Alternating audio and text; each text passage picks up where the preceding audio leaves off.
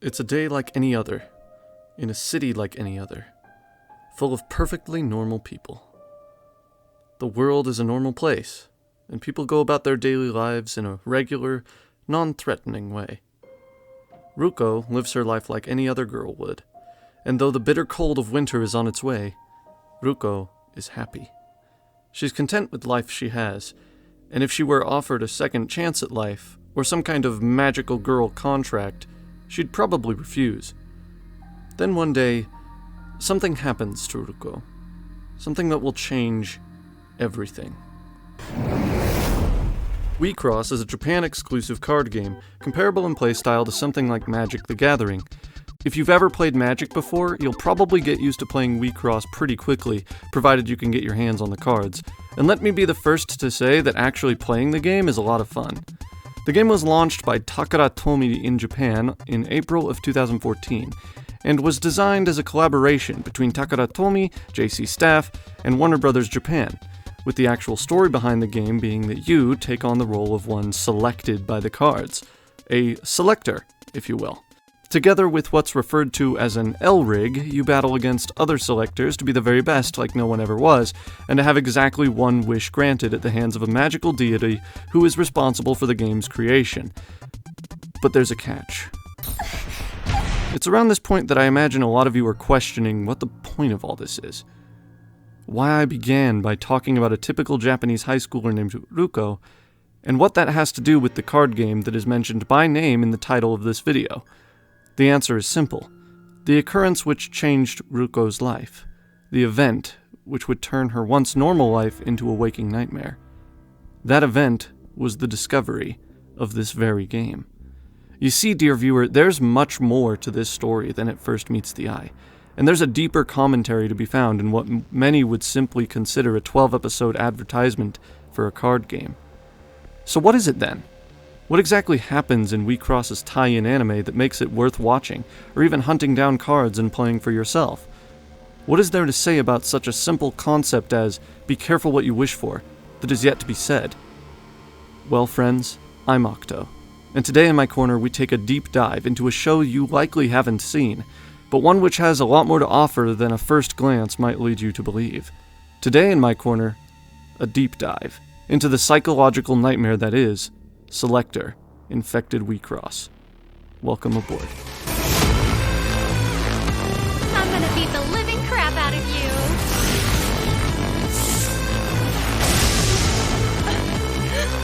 We didn't know what would happen if we lost!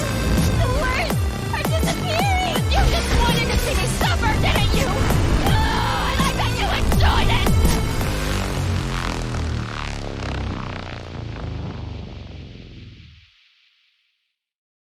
In order to understand what makes Selector such a unique and interesting series, you'll also need to understand what the story is on a base level. To that end, there will be spoilers in this video, though there will also be spoiler warnings before they happen, for the sake of convenience and worry-free viewing. In addition, the series contains story elements that some viewers may find disturbing, potentially deeply so. If you aren't the kind of person who enjoys dark storytelling, horror, or anything of that nature, you probably won't want to watch the series or this video. All of that said, let's begin.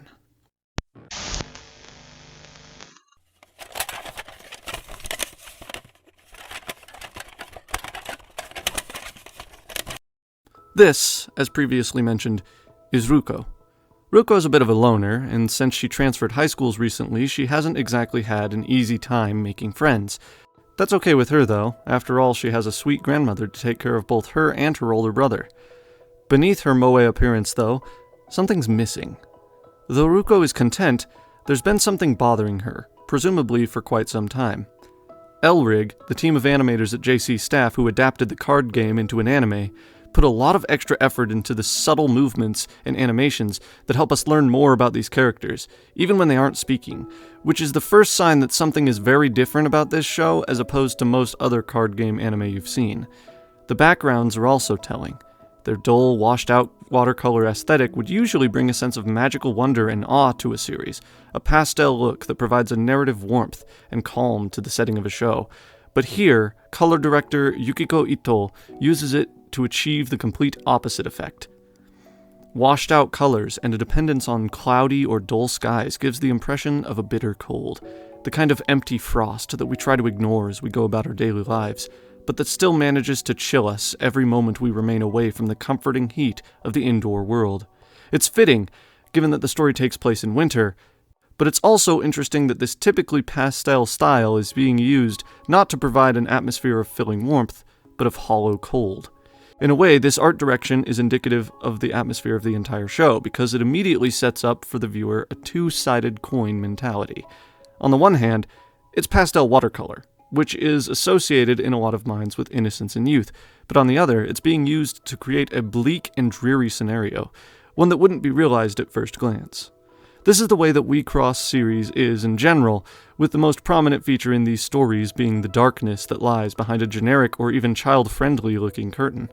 But I'm getting ahead of myself here. We were talking about Ruko. The first time we see her, she stops on her way home to look at a building which is under construction, and the visuals tell us the building will soon become an apartment complex. Clearly distraught, Ruko displays an expression which is almost fearful as she turns and quickly escapes our view to the left. Based on just these few moments, we can immediately infer that Ruko isn't exactly a people person, if the mere sight of a coming apartment building causes her such distress that she feels the need to turn and run from it. When Ruko arrives home, an immediate contrast is displayed. The outside world is cold and dreary, but Ruko's home is bright, cheerful, and welcoming. The light-hearted interactions between Ruko, her grandmother, and her older brother help us to feel immediately comfortable with this setting, which is important because it enhances the impact of a moment later on. This scene also justifies the negative reaction to the apartment building scene from just a moment ago, as Ruko losing a bet on what the building would become, an office building or an apartment building.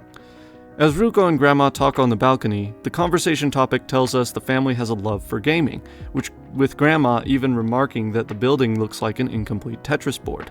They're only one building away from a Tetris. All of this goes toward two things, in a narrative sense. First, it helps the viewer understand that above everything else, Ruko has a positive relationship with her family and is genuinely happy with her life. Second, it sets up the viewer to be accepting of the introduction of the actual game around which the series will revolve, that game of course being Wixoss. It isn't until that night when Ruko is walking to the convenience store with her brother that she learns that her grandmother is actually quite worried about her. Ayumu tells her that her lack of friends is worrying to Grandma, and that he thought maybe she could try to play games with others to try and expand her horizons a bit more and to prevent Grandma from worrying so much.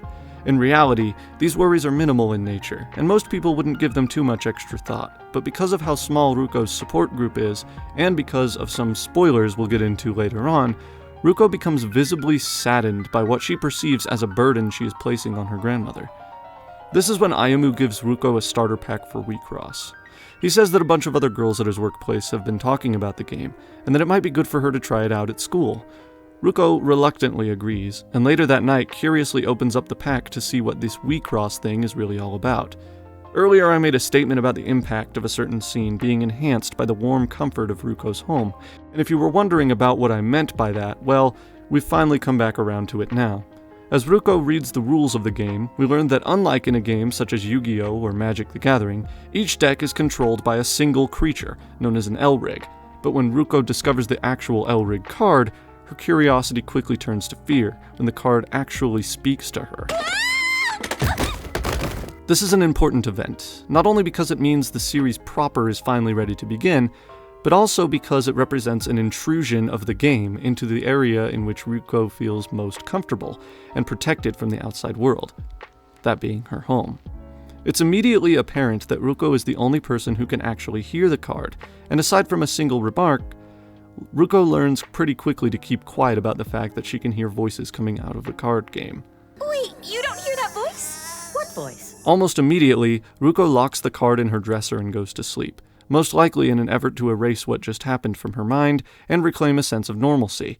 But of course, that doesn't happen, because as I'm sure you already suspected, Wixoss isn't just a card game, and this isn't an ordinary deck of cards.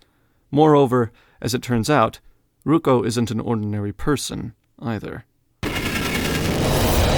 That night, Ruko dreams of a building completing the Tetris board, and a monster which will destroy everything in the city. It terrifies her. The next day, Ruko discovers the card is still very much alive, and as one would do in this situation, she takes the deck to school with her, despite her suspicions that it was the card which caused her to experience the horrible dream. It becomes very clear very fast that although a lot of other people in school also participate in Wixoss, nobody else has a card that can talk, and for that reason, Ruko remains hesitant to attempt to interact with the other girls. That is, until she is tracked down by a certain player by the name of Yuzuki, a player who, surprisingly, can not only hear Ruko's card, but also has a talking card of her very own, and who almost immediately challenges Ruko to a Wixoss battle. And this is where things get interesting. This girl, as stated, is called Yuzuki, and she has more of a selfish motivation for challenging Ruko to a battle than you might think on a first viewing, but we'll return to that in just a bit.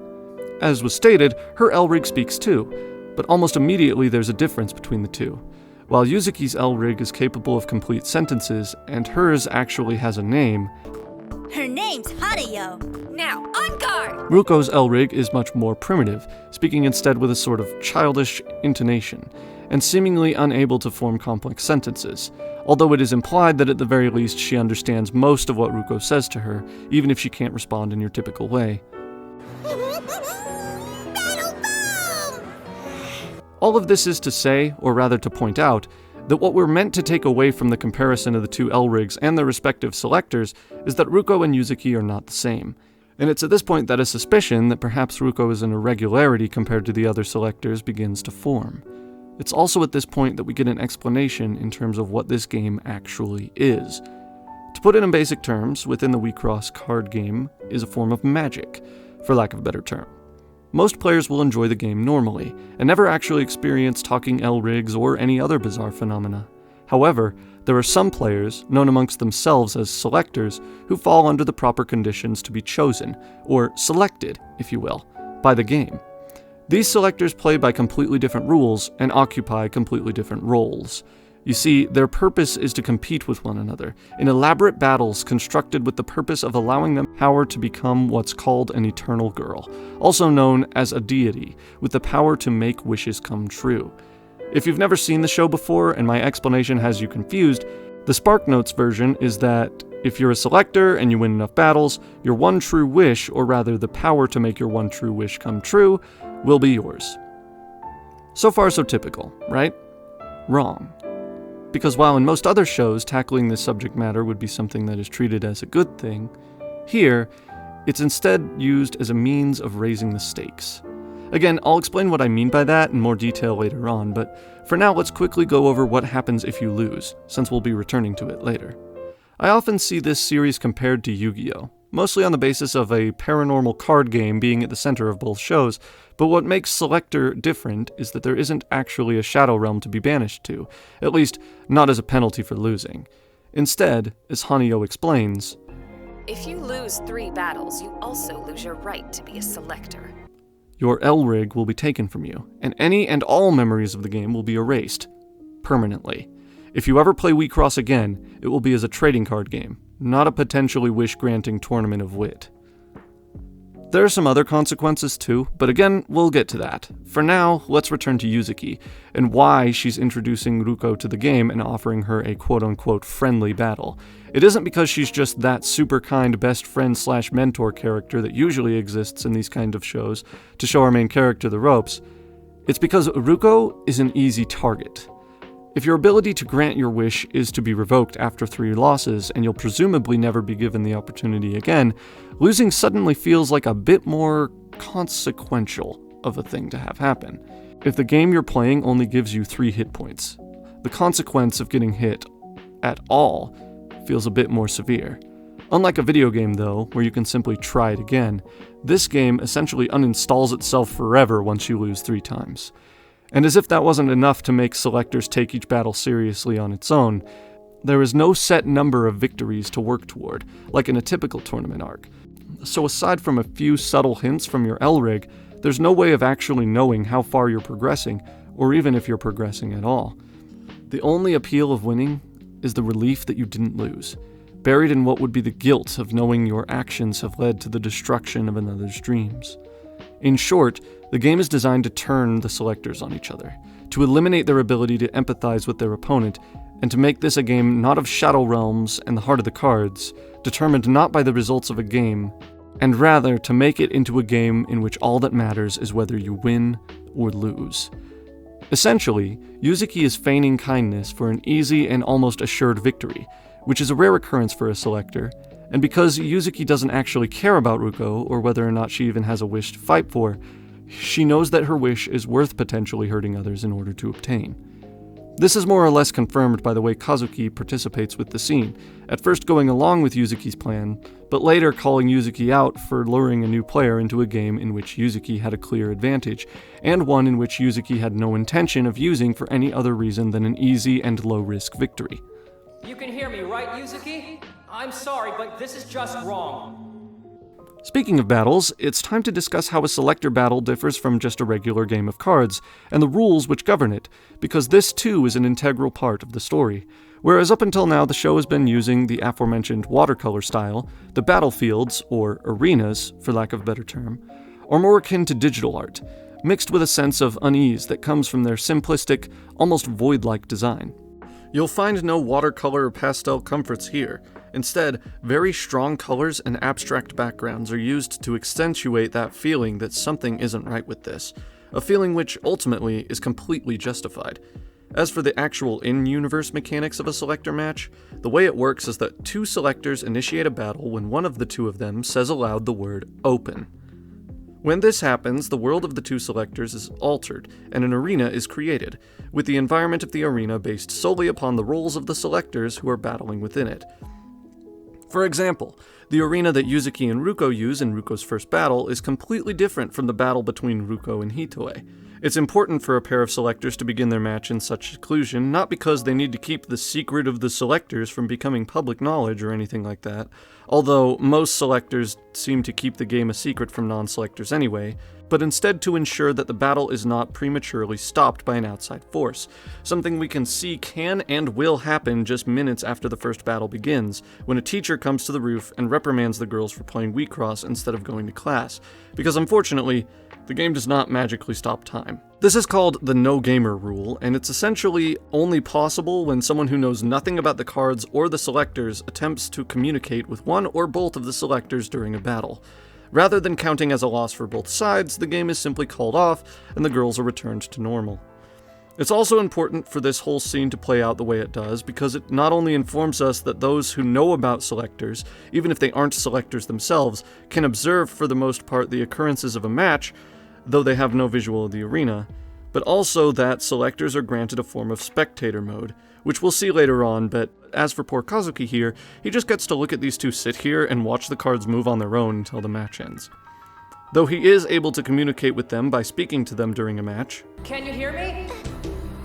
the girls inside the arena are unable to respond to him in any way. Whose side are you on here anyway? For the last time, people on the outside can't hear you. It's also important to note that the entire time they are in battle, selectors are technically vulnerable, meaning that if someone wanted to physically hurt them or steal from them, they could absolutely do it as long as they were familiar with the concept of a selector. This is why one of the biggest struggles for the series' main characters is finding a safe place to battle, where they won't be disturbed, usually leading them to pick abandoned or somewhat sketchy places. It isn't because the game necessarily needs to be kept secret, just that it's more convenient for everyone involved that way, and most people aren't too keen on bragging about the fact that they have a magical wish-granting trading card that only they can hear, and battling transports them to arenas that only they can see. The fact that most selectors end up being the kind of people who go along with this sentiment isn't coincidental either. As we know from Hanyo, selectors are the chosen ones, and as cheesy as that may sound at first, she doesn't actually mean it in the Ash Ketchum or Harry Potter sense. In this case, the fact that each selector is, well, selected, denotes that selectors are the kind of people who are desperate enough to get what they want, that they're willing to crush the hopes and dreams of the other players in order to get it. It's at this point that I feel the need to place my final spoiler warning. Up until now, I've been able to provide timestamps to avoid spoilers for people who haven't watched Selector yet, but from here on out, they are just going to be sprinkled in. So if you've decided you actually want to watch the show before continuing on, you can leave now and come back once you're done watching. Just know that this show does get incredibly disturbing with the topics it covers, and the events which take place as a result. You have been warned.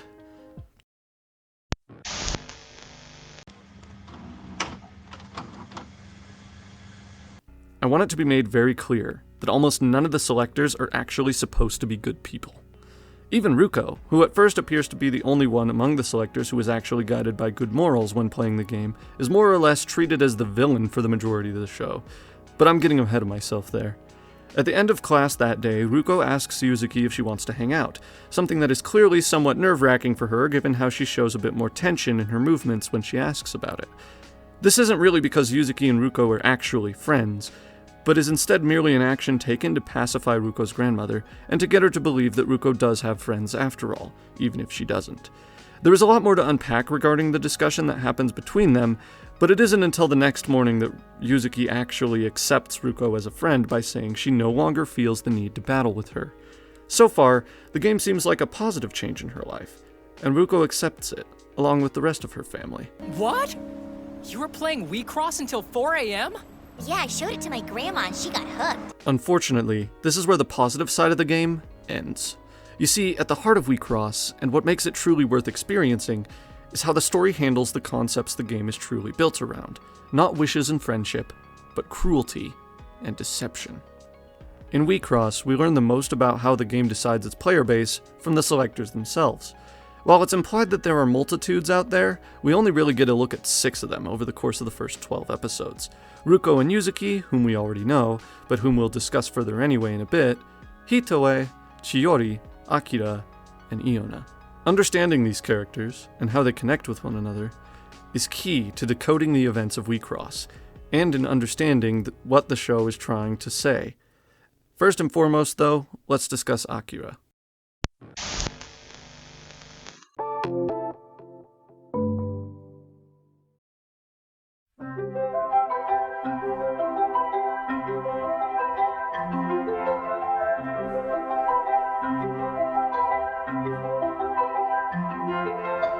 Akira, much like another Selector we'll be discussing soon, is a fashion model, but isn't all that well known compared to the other one, who shall remain unnamed for now.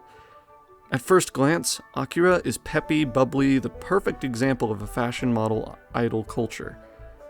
Her warm demeanor and overall design give us the distinct impression that she's trustworthy and friendly.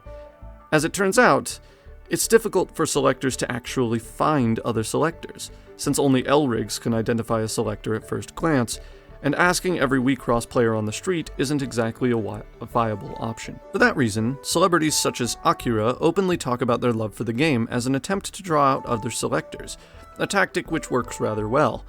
Meeting her before class at a completely different school building, Akira's friends insist that she's too busy to sign autographs. But when a third individual shows up and asks aloud if Akira is truly a Selector, the model is quick to lead the girls away to a secluded location where the battles can occur. This battle is our first glance at Akira's true character, and it doesn't take long for her to become, for lack of a better term, Akira is a high-level player, but the catch is that she only plays against low-risk, weak opponents. Since she doesn't care in the slightest about hurting others in order to get what she wants, her main strategy for gameplay is emotional abuse toward her opponents. Akira typically exposes the wishes of others and mocks them for what they desire, presumably because of the nature of a Selector's wish being a typical requirement for becoming one in the first place. But before we get to that, and how the battle between Akira and Hitoe turns out, we need to take a slight detour and discuss the concept of wishes as applied to the Selectors. According to the way Funimation markets the show, you'd think that the message is your typical be careful what you wish for story, and it would be that if anybody ever actually got what they wished for. Instead, the true meaning or message of the show is more along the lines of, if something sounds too good to be true, it usually is. In almost every case of someone having a wish, the wholesome idea of wishing upon a card is tainted by the deep inner desires of the Selectors themselves. There are exceptions to this, 2 exceptions to be specific, but as for the other 4 characters, their wishes are not the kind of thing you'd typically see in a character in their position fight for. In the show's own terminology, it's something I want to come true no matter what. But it's not the kind of wish someone can make happen, like with a bunch of hard work or whatever. Let's start with Akira. Up until now, you've probably assumed, along with most of the show's audience, that Akira is a stuck-up rich little snob. But she's not. In fact, Akira isn't well off at all. Her only confidence is set squarely upon her good looks, and she simultaneously wants to be a part of and has a hatred for celebrity culture. In a cruel twist, she parodies the catchphrases of movie stars or famous celebrities by coining the term Aki-lucky, which she uses exclusively when she discovers a means of causing misfortune towards others, or finds a way to enact cruelty upon them. This is because Akira suffers from an inferiority complex, specifically toward rival model and fellow selector Iona, the unnamed individual from earlier. Akira's wish, then, is not simply to become a popular model, but to destroy Iona's career, taking the spotlight from Iona completely and spending the rest of her life rubbing it in Iona's face. It makes perfect sense, then, that Akira seeks out and violently crushes lower-level players just as a way of making herself appear more threatening as an adversary. She thrives off of the power she gains from playing, but it's that exact power that leads to her downfall. Over time, Iona's success continues to eat away at Akira, and she comes to rely solely upon the game, thinking that if only she can win enough battles, all of the time she spends on Wixoss instead of modeling will be justified, and she will have what she believes is rightfully hers: superiority. Of course, the irony here is that it's precisely because Akira devotes her life to the cards that her dream becomes an impossibility. Akira loses her job even before losing 3 battles due to her obsession with the game, and in an act of desperation as a result, she challenges Iona to a selector battle in the parking lot after Iona finishes up a photoshoot that Akira believes is rightfully hers. But then, that just begs the question. If Akira is this unstable and desperate, why is she settling it with a children's card game instead of, well, the more obvious answer? And the answer to that question is pretty simple once you stop and think about it. In all honesty, the stakes are higher when you're playing Wixoss. And the reasoning behind that lies in the simple idea that in Wixoss, the point of the game is not to play a game. It's to enact cruelty upon your opponent. To make them watch, helplessly, as you destroy their dreams and move toward your own simultaneously. That is the kind of pain that Akira went through. And that is the kind of pain she wants Iona to go through. You see, when you lose 3 times, your right to being a selector is revoked. But as Hanayo explains after Hitoe loses 3 battles and things start getting way worse than anyone expected, not only do you lose your dream, but it becomes tainted. And as of the moment of the loss, unachievable. Hanayo's example of this is the best one, so I'll just let the show tell you itself what I mean by this. If your wish was to be an expert pianist, you wouldn't just lose your piano. Something would happen that would prevent you from playing ever again. Something to ensure your wish could never come true. When this revelation happens, everything changes. All of a sudden, settling it with cards becomes a lot more emotionally charged, and Akira's decision to challenge Iona to Wixoss instead of, say, beating her within an inch of her life and leaving her on the road to die, is that with the cards, she can effectively destroy Iona's right to a happy life and the ability to accomplish her goals. She can destroy Iona herself, make her miserable, make her suffer. And the best part is, there will never be so much as a shred of evidence to prove that it was even Akira's fault in the first place.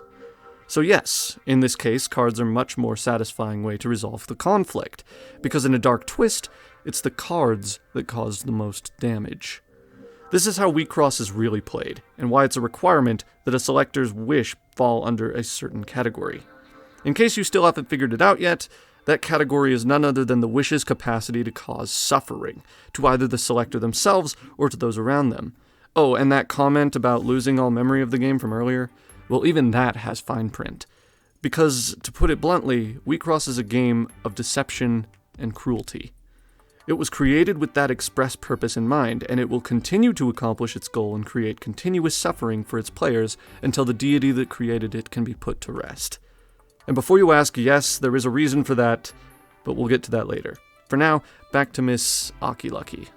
Oh god, make me cringe. Obviously, Iona destroys Akira, and because she also lost a match with Ruko earlier on in the series, Akira has now lost her access to the game permanently. Her memories, however, while not fully intact as per the rules of the game, have left her with pieces of what happened. And if you still think it's dumb that these characters fight with cards instead of bullets, let me remind you of a little something. Guns are kind of difficult to obtain in Japan, especially for high school students who are completely off their hinges. Would you like to guess what's easier to get a hold of? Knives. And yes, when it comes right down to it, you can't exactly solve everything with a card game, now can you? Akira actually hunts Yuzuki and Ruko down, threatening to carve them up and leave them ugly, like her. And while she's after them both, her biggest real target is Ruko. You see, Ruko hurt Akira with her victory. After Akira wiped the floor with Hitoe and then used Yuzuki's wish as a means to torment her and gain a second victory, Ruko had had enough of Akira's toxic attitude and threatened to never forgive her, and Akira, of course, responded accordingly. You must think super highly of yourself, huh? I can't live if Ruru won't forgive me. The problem was, Ruko is different from other selectors. Unlike Akira, Hitoe, Iona, Chiori, or Yuzuki, Ruko has no wish. She fights as a selector because her Elrig and her enjoy battling, but as the series goes on and Ruko learns of the hardship her victories are causing to others, she chooses not to engage in battle. And when she tells Akira she won't show her any mercy, Ruko is prepared to destroy her, which is exactly what happens. It's this embarrassing loss that kickstarts Akira's downward spiral, and it distresses Akira to such a degree that she speaks a line that has become almost synonymous with Wixoss anime. When Ruko tries to say that she only wanted to get back at Akira for bullying her friends, Akira retorts by saying this. You just wanted to see me suffer, didn't you? Oh, and I bet you enjoyed it! This is where it becomes strikingly clear what the problem with Ruko is, and why Iona tells Ruko that participating as a selector without having a wish is more than just wrong. It's blasphemous. Because she doesn't have anything to lose, but her opponents arguably have everything to lose. Ruko is a dangerous breed of selector. She has the power to cause suffering, but is immune to receiving it, because even if she lost, she had no desperation to be granted a wish in the first place. I often hear her compared to Madoka from Puella Magi Madoka Magica for this reason, because both are given abnormal amounts of power and both have very little to lose, making them dangerous to the others around them. And I would say that's a valid point, though calling the series a mix of Yu-Gi-Oh! And Madoka Magica like you see all the time is a blatant mislabeling of what the series sets out to achieve and the kind of story it's trying to tell, in my opinion anyway. To conclude, Ruko and her Elrig, which she gives the name Tama, are irregularities. Why would the game choose Ruko when she can participate unaffected? Why choose someone whose suffering is minimized and who is unfazed by the true deception of the game? The answer is simple, because Ruko wasn't meant to be chosen. The game didn't choose her.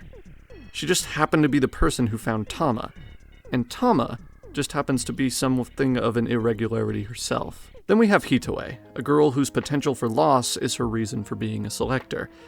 As a naive and lonely girl, Hitoe wishes for friendship, and in her case, never has to win a battle at all in order to achieve it. Though she loses twice relatively early on, she chooses to keep her Elrig, Midoriko, around as a good luck charm, since she believes the game is responsible for her newfound friendship with Ruko and Yuzuki in the aftermath of the Akira battle incident. Despite Midoriko's repeated warnings to throw the cards away and quit before a third loss occurs, Hitoe is eventually found by a terribly strong opponent, presumably Iona, and loses for the third time. Though we've already discussed what this meant for Akira, what it means for Hitoe is actually our first experience with the cruelty of the game. True to Hanayo's words, not only does she lose her memory of the game, but also loses her memory of her friendship with Ruko and Yuzuki. The words vanish from her diary, right before her eyes, but as with the abilities that come from being a selector in the first place, this is something that seems to affect her exclusively, as her mother is still able to see what's written in her journal.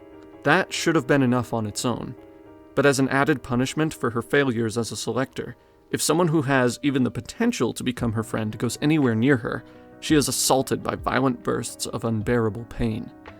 Hitoe's mother is understandably very concerned about what has become of her daughter, and when she meets up with Ruko to try and find out what occurred, all Ruko can do is respond by saying that there's nothing she can do about it now, and that they didn't realize what would happen if they lost. Unfortunately, though expectedly, Hitoe's mother doesn't understand Ruko's words. It's a tragic but well-executed moment that really sets in the stakes of Wixoss, because now, it's more than a game. Now, we know for sure there were consequences. Then there's Chiori and her Elwig, Eldora. Chiori is an interesting character because even though she's incredibly important, she starts out with the least amount of depth out of all of them.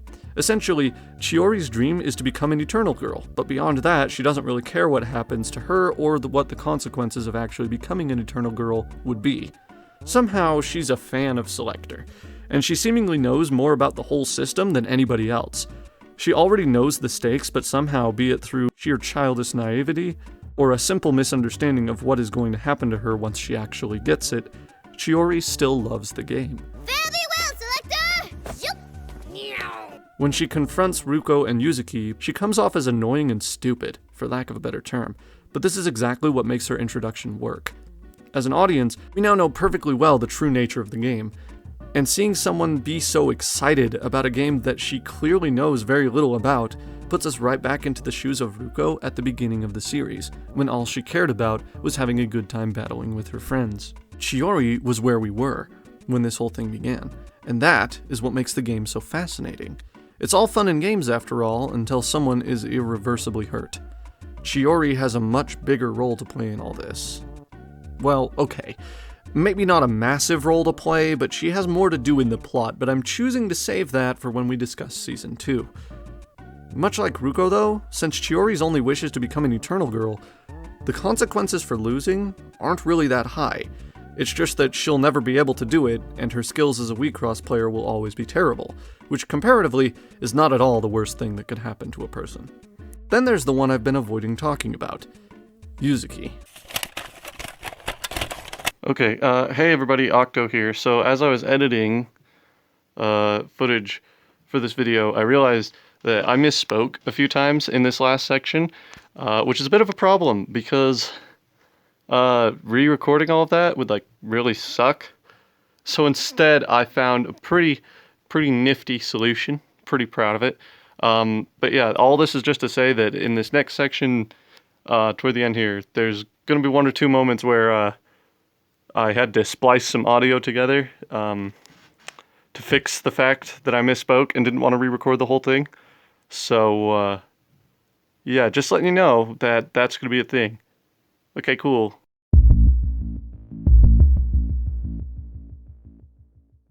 Yuzuki's wish is wrong. I need to make that as clear as I possibly can.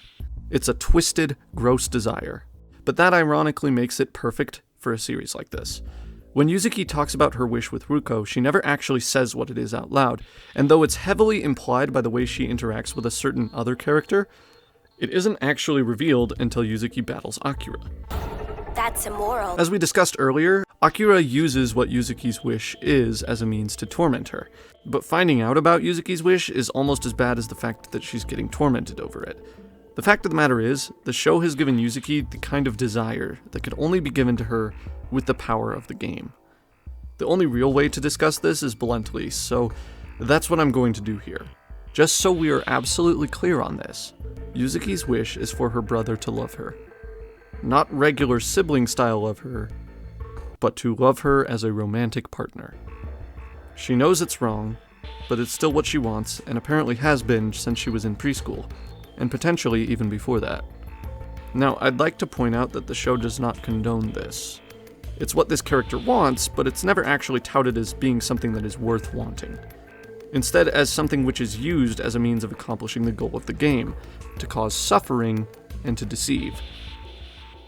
And suffering it does cause, because despite witnessing the tragedy of Hitoe, and now knowing how difficult attaining Eternal Girl status can be, Yuzuki pushes forward with her dream anyway, and that begins to make things happen. See, Kazuki is supportive of his sister.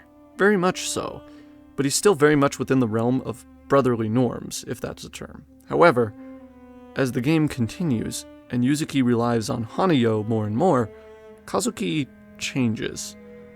It isn't ever blatantly mentioned or called attention to, but my theory to explain this is that his mind and his actions are being altered by Yuzuki's wish, and by the power of her Selector abilities, as well as that of her Elrig. For example, when the show starts, Kazuki is implied to be popular with the ladies, including the one who works at the card shop with him, something Yuzuki dislikes, and the reasoning behind her indifference to the card store in general. But that means we'd have to go to the card shop. Yeah, unless that's a problem. But you'll notice, over time, Kazuki starts to become oddly obsessed with being close to Yuzuki. There is no canon confirmation of this, but I believe what this means is that Kazuki's mind is being altered, if not controlled, by the game, even if he doesn't realize it. All of a sudden, he's become exactly the kind of fantasy version of himself that Yuzuki wanted him to be, the version who wants nothing more than to be hers and hers alone.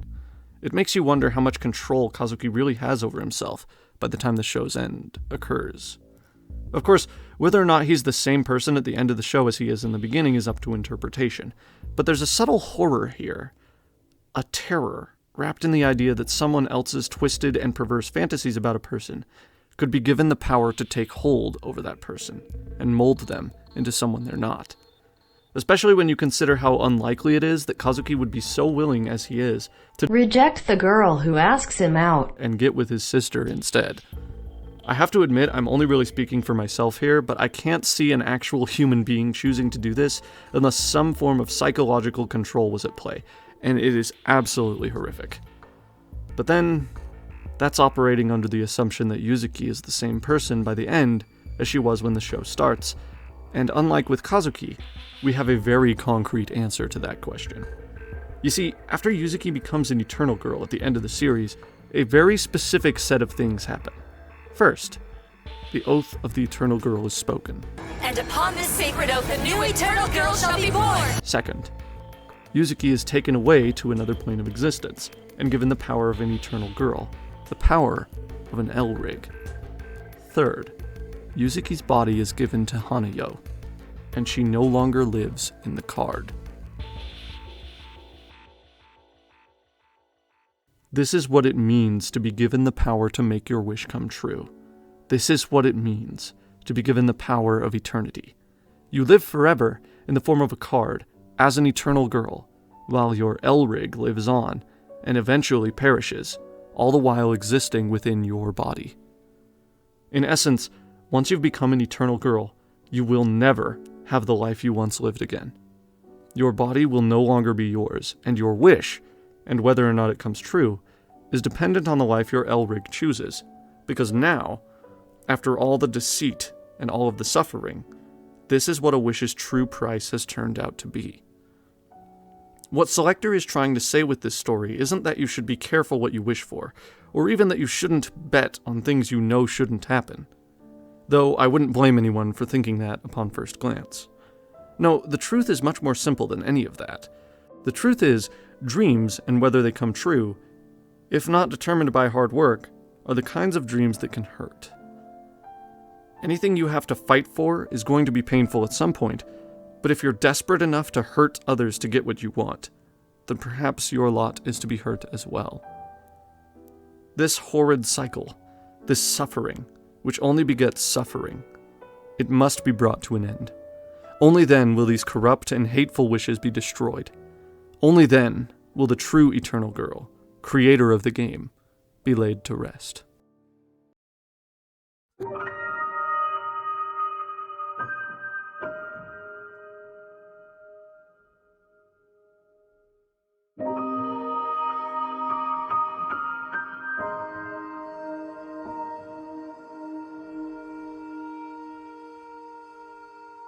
Last time I talked about the majority of Season 1, and for the most part went into detail about how the actions of each of the main characters in Selector Infected Wixoss impacted both the lives of the other Selectors and the course of the series' storyline.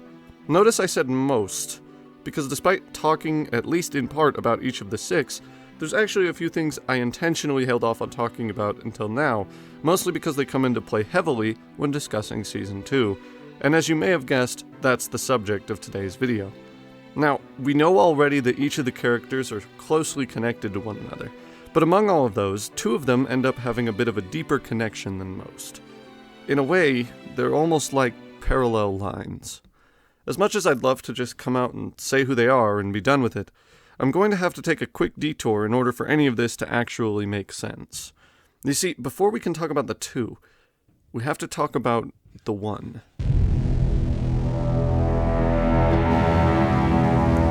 Last time I talked very briefly about who Iona is in relation to the other characters, but we never actually discussed Iona relative to her L-rig or herself, which means that before anything else, we need to discuss her in more detail. Believe it or not, Iona doesn't actually have a lot of character development in and of herself, which is to say that when we learn more about Iona, it's usually because of how she interacts with the other characters or how the other characters speak about her. For most of the series, Iona's wish is treated as a mystery, and because of that, Iona is kept in the shadows, so to speak. The first time we actually get any real interaction out of her, it's in response to her introduction to Ruko. As was stated, she believes Ruko's wish is blasphemous and has no qualms about telling her so, but this whole interaction becomes somewhat confusing to some people toward the end of the season, so allow me to make some sense of it for you here, in case you were in the practice of thinking that Iona's words during this interaction are hypocritical. You see, Iona, like Ruko, loves to battle. And while she wouldn't go so far as to say that she hated her life before the game, it was Wixoss which brought her what she apparently didn't even know she needed. What drives Iona forward as a result is her love for the game, and her adoration for the way it makes her feel to be enveloped in the experience of battling. You may think that for someone who is exactly like Ruko, to refer to her as blasphemous is hypocrisy, and taken at face value, it is. However, upon further, or rather, deeper inspection, what's actually happening in this conversation isn't at all what it seems to be. Contrary to what Ruko believes is happening in the moment, Iona isn't reprimanding her for her desire to battle without restriction, but is instead making an observation about Ruko's nature as a selector, taking mental notes and internally questioning if Ruko is the selector she's been waiting for all of this time. This does not change the meaning it holds for Ruko, as a warning that her childish enjoyment of the game despite the stakes at play will inevitably lead to tragedy, but it does change our perspective on Iona once her wish is revealed in Season 1's finale. Iona's wish is to battle without consequence, but in her mind, the only way for that to happen is for her to become an L-rig. Doing so will free her from a world she ultimately cares very little about, and allow her permanent residence in a world she truly longs for. However, simply becoming an L-rig isn't enough, because as we know, the moment an Eternal Girl is born, the L-rig and their selectors switch places. In an effort to prevent that from happening, Iona would need a selector who seemingly had no intention of having her wish granted, but who was also willing and able to win, and who was skilled enough at the game to avoid losing 3 times and ending the whole situation. You can imagine how difficult that search would be, and if that's what Iona has been doing, it only makes sense that she would be going around crushing other selectors left and right. She isn't an evil force who takes sadistic pleasure in destroying the dreams of the other selectors. She's just hunting for a worthy selector who will be willing to take her as an L-rig. This also explains why she throws the Iona fan event in the abandoned building at the end of the first season. As a way of accelerating her search, Iona has created a way for a mass of potential candidates to make their way to her. And by making a tournament bracket out of the event, she can ensure nobody has to lose their right to continue as a selector, which tells us that even though Iona will destroy a selector if she has to, it isn't something that inherently brings her pleasure or that she prefers to do. And if all that wasn't proof enough for you, Iona's L-rig flat out says it during the final battle between Iona and Ruko at the top of the Tetris building. Oh, don't look so surprised. Iona's been ready to have her wish granted for some time now. She's won a whole ton of selector battles after all. It's just we had to wait for a certain condition to fall into place before we can seal the deal. Ultimately, it isn't until Iona defeats Akira and learns that Ruko had also defeated her that Iona decides on Ruko as her selector, and following that decision, she puts her plan to put on a secret selector tournament into action. No longer as a tactic to aid in her search, but as a means to draw Ruko out and create the conditions necessary to fulfill her wish. It's only now that Iona's wish is finalized, to become Ruko's L-rig and live the life she's always dreamed of, the life of an eternal girl. The irony is that by the time this finally happens at the end of the season, Ruko isn't the girl who Iona once described as blasphemous. Not anymore. Calling the series a mix of Yu-Gi-Oh! And Madoka Magica like you see all the time is a blatant mislabeling of what the series sets out to achieve and the kind of story it's trying to tell.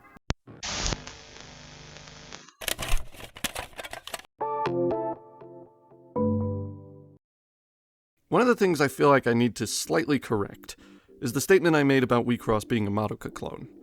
While I stand by my belief that Wixoss isn't just a Madoka reskin, Rewatching the second season in preparation for this video made me think about the similarities between the two in greater detail.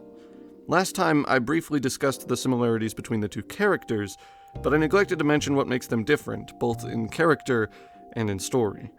Before I do that, though, I'm going to put a spoiler warning from Puella Magi Madoka Magica, if for some reason you've never seen the show and you were planning on getting around to it someday. Thus far in Wixoss, Ruko has made friends with Yuzuki and Hitoe, along with arguably Tama and Midoriko, and maybe Hanayo if you really want to push it. For all intents and purposes, though, the main two are Hitoe and Yuzuki. Now let's look back at Madoka. Excluding Hitomi, who doesn't really have any knowledge of magical girls or witches, Madoka also has two main friends, Mami and Sayaka.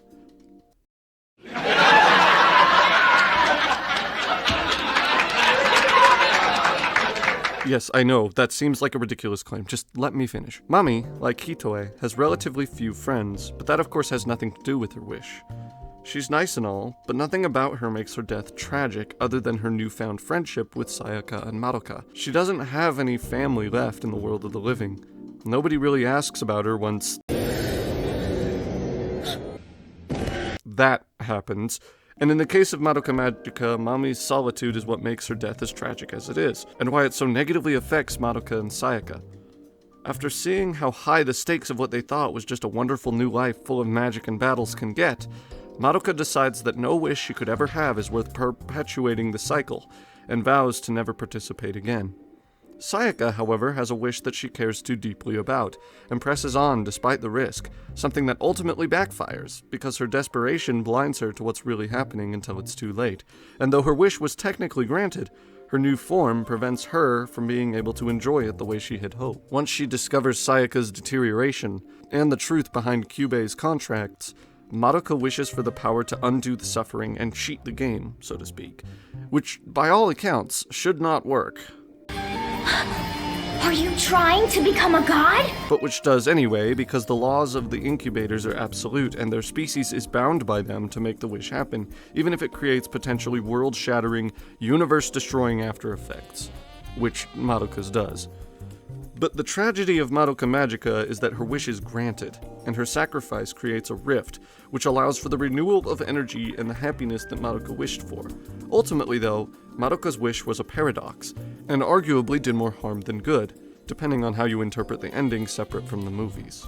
Our parallels, then, are pretty clear. In Wixoss, Ruko's new friend Hitoe, whom she and her other friend Yuzuki met as a result of the game, suffers extreme consequences at the hands of that same game and then decides not to continue playing because the stakes are too high and the consequences too severe. On the other hand, Yuzuki pursues her wish anyway, only to realize that achieving her wish has changed her form and she can no longer have it in the way she had hoped for.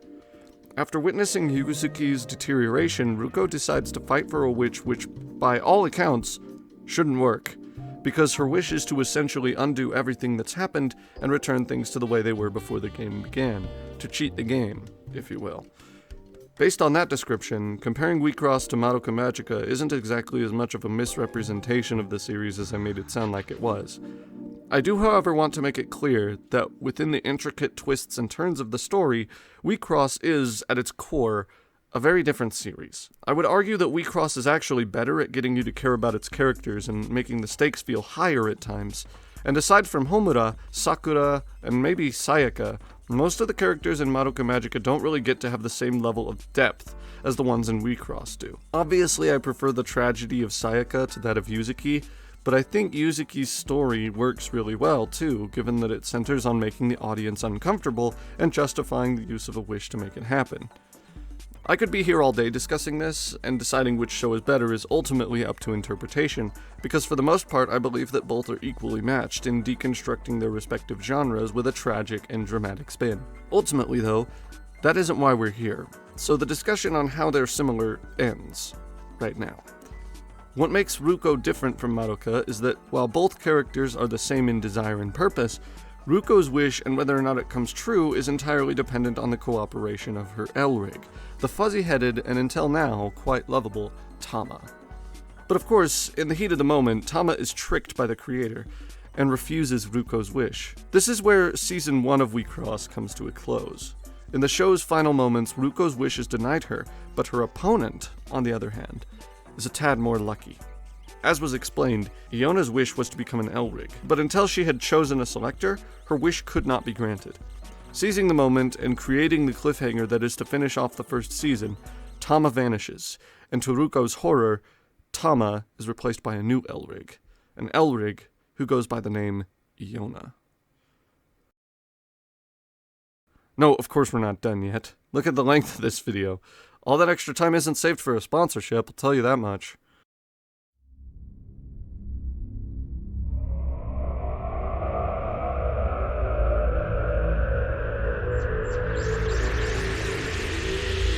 Like I said earlier, my plan here is to more or less spoil all of Season 2 in order to make a better analysis of it. Be that as it may, I'm still only a humble octopus. I'm incapable of covering everything, but rest assured I will try my best with this one. Without any further delay, let's talk about Season 2. Upon a first viewing, Season 2 is where the rules of the Selector begin to feel somewhat disjointed.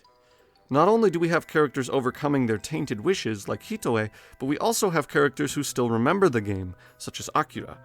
It feels almost like the rules were written by, and subsequently are currently upheld by, the mind of a child, rather than an omnipotent force. As it turns out, that feeling is very intentional, but before we dive into that can of worms, let's take a moment to examine where each of the main characters end up in Season 2. To get the easy one out of the way first, there's Hitoe. Hitoe's unfortunate fate at the hands of her third loss is a tragedy, whose ending is surprisingly cheerful. Not only does she happen upon another talking Elrig, thus giving her an opportunity to try again to achieve her wish, but she actually receives what is arguably the perfect Elrig for the job too. Nice to meet you, Selector. With Yuzuki in tow, Hitoe is able to overcome the curse of the game. And not only does she end up with her memories of her friends back, but she's stronger now because of it. It's a really engaging little character arc, and because of that, I don't really feel the need to analyze it too much further here. What it means for Ruko, as well as the other selectors, is that the laws of the game and its corruption mechanic are not entirely absolute.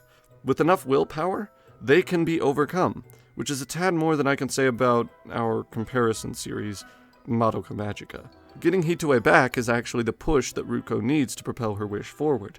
It proves that the power of the game has its limits, and that if someone was truly passionate enough about creating a happy ending for all of its players, that perhaps such a previously unrealistic goal could be achieved after all. As for Yuzuki, well, we talked a bit about her before, and as well done as I think it is, it still has the tendency to make people uncomfortable, so we'll be brief with her as well.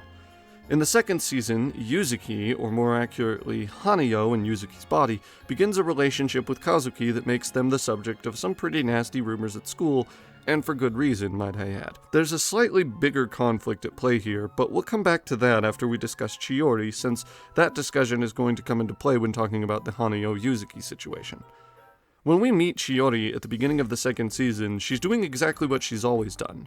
She's overly excited at the prospect of becoming an eternal girl purely because she's drawn to the excitement she perceives is therein. Obviously, Ruko and Hitoe attempt to educate a still very naive Chiyori about the truth of the game, but as it turns out, Chiyori more or less already knows everything that has happened so far, though her description of the events is a bit more rose-tinted than Ruko and Hitoe are really prepared for. It's just like the novel, the heroine becomes the card in the final chapter and it slaps you the big fat to be continued at the end. If you'll humor me for a moment, I just want to say that I adore this whole interaction. The irony of the matter is that Chiyori is presented in the same light here as the actual anime fans would be, talking about how insane the cliffhanger at the end of the season was, like she can't wait to see what will happen to our heroes next. It's a sentiment that I can honestly really relate to, as someone who remembers watching when that cliffhanger happened, and barely being able to stand the wait for Season 2, and I know I'm not the only one who felt this way either. What I really love about Chiyori is that she treats the whole situation like it's her wildest dream come true. To her, Wixoss is a very real thing, but even after multiple warnings, she still only sees the game as some sort of magical escape from reality, almost how one would feel if they suddenly happened upon the universe of Sailor Moon. The tragic irony, if you want to call it that, is that, as an audience, we know that Chiyori's understanding of the way Wixoss works is almost entirely incorrect. Though she knows the details from reading the Wixoss light novels, she only knows them in the way the novels portray them. In that sense, if Chiori ever got her dream and was able to see the truth of the game, it would crush her. The actual weight of living such an existence would be harder on her than she believes it would be. And for that reason, the audience has an active motivation for wanting to see her fail to accomplish her goals, which honestly makes her kind of an impressive character. The only time we see Chiori even come close to realizing how tragic the world of Selector really is comes about when she, along with Ruko, Hitoe, and Yuzuki, actually pay a visit to the author of the light novels. As it turns out, she also happens to be a Selector, but her situation is closer to Yuzuki's than anything else. You see, after learning from Chiori how accurate the light novels are to the actual events of the show, the girls decide that an audience with the author would be a good idea, if only because it potentially means answers to some of the questions that have been on everybody's mind since the ending of Season 1. Unfortunately, the author, Fumio Futase, refuses to talk unless she is defeated in battle. Using her now much less powerful Elrig, Iona, Ruko struggles with her desire to quit battling for good against Iona's ceaseless demands that Ruko battle with her to her heart's content.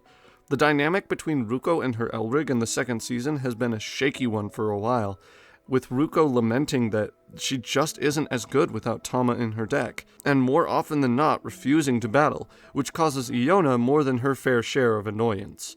In time, that disconnect between Selector and Elrig has made the team into an unstable, barely functional shell of the battle-ready talent house that Ruko used to be. Unfortunately, though, in this instance, there isn't much of a choice. Ruko battles against Fumio, and at the battle's eventual conclusion, Ruko is somehow victorious, and Fumio tells the group everything she knows. Moving back to Chiori, hearing of Fumio's tragic past is actually upsetting to her. Her faith in the game and her power of positive thinking is seemingly absolute, so when Fumio Futase, the idol that Chiori looks up to with equally absolute faith and respect, talks of herself and the game in such a hopeless and depressing way, Chiori does what any young girl in her shoes would do, and tries to use the happy-go-lucky message that she believes the game must surely contain to cheer Futase up, a tactic which is ultimately completely unsuccessful. But it's all gonna work out! Fueled by the power of friendship, her stories will live on in your heart and continue forever! Life isn't a damned book! The power of friendship can't save you! There's no such thing! But I know you can do it! I'm not a writer. I never was. But I can't stop. I don't know if it's the promise we made or something built into me, or just a fear of the abyss that keeps me going. What am I doing? Why am I doing it? I don't even know who the hell I am anymore. Of all the moments in Wixoss, this is the only one where the cheerful, always upbeat, and hopeful side of Chiori begins to crack. Though, as to be expected, it never completely breaks, and she's back to her usual antics before too long. It's also important to note what this scene represents for the Elrigs who become humans. Because they are bound by the wishes of their selectors, in order to survive outside of the card, they must uphold the selector's wish, or they will vanish forever. There's a great deal of fine print associated with that, and it includes exceptions, but that's neither here nor there, so I won't be going into further detail about that. The point is, Fumio was an Elrig, who became the author known as Fumio Futase in order to fulfill the original Futase's wish of becoming an author. Of course, Futase's Elrig never knew anything about writing or books, and as a result, she only writes about Wixoss because it is the only topic about which she feels knowledgeable enough to write. With her latest book, the one which ended with a cliffhanger, Fumio's basket of ideas has officially run dry, and she's come to the conclusion that she is not happy, nor ever had been happy, living the stolen dream of another. That's why Fumio's Elrig, Anne, appeared before her. At this point, Fumio Futase is tired, sad, and only really desires an end to the putrid life she's been forced to regret. For her, battling is the only way to make that happen, which is why it's so troubling to her that Ruko initially refuses her invitation to battle, something that is confirmed at the conclusion of their meeting by Anne telling the girls off for assuming that everyone was in the same boat as them. I'm sure you think you're acting on some sort of moral high ground by refusing to battle, but it's not that simple. No, that's not what Some people have no choice but to do this, and she's one of them. Of course, whatever became of the real Futase is beyond comprehension now. Most likely, she's found a way to become human again, but no one really knows for sure. A moment ago, we brought up the Yuzuki and Hanyo situation, and I said we'd get back to it once I explained a few things, and now that I have, here we are. The problem with Hanyo is that she eventually begins to actually fall in love with Kazuki, after faking her emotional connection to him for long enough. Since her wish and Yuzuki's are now the same, you'd think that this would be a good thing, but it isn't. The whole time Kazuki has been operating under the assumption that nothing has changed about his sister, and living that lie is what's been bothering Hanyo. She wants him to know that he's not dating her, not his sister, which is a much easier thing to root for compared to the actual incest of the first season. In short, Hanyo wants to love Kazuki as herself, and not as a fraudulent version of his sister. And to that, I say, hurrah!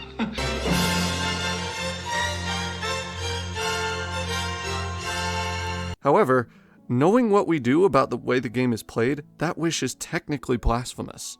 That's the conflict that occurs between Yuzuki and Hanyo, and because I don't really have anything further to say about Kazuki at this point in time, I'll just leave it at that and allow you to come to your own conclusions about what the result of this little love triangle should be and who you want to root for. For now though, we know that there are ways around the rules, cracks in the ironclad rulebook, if you will.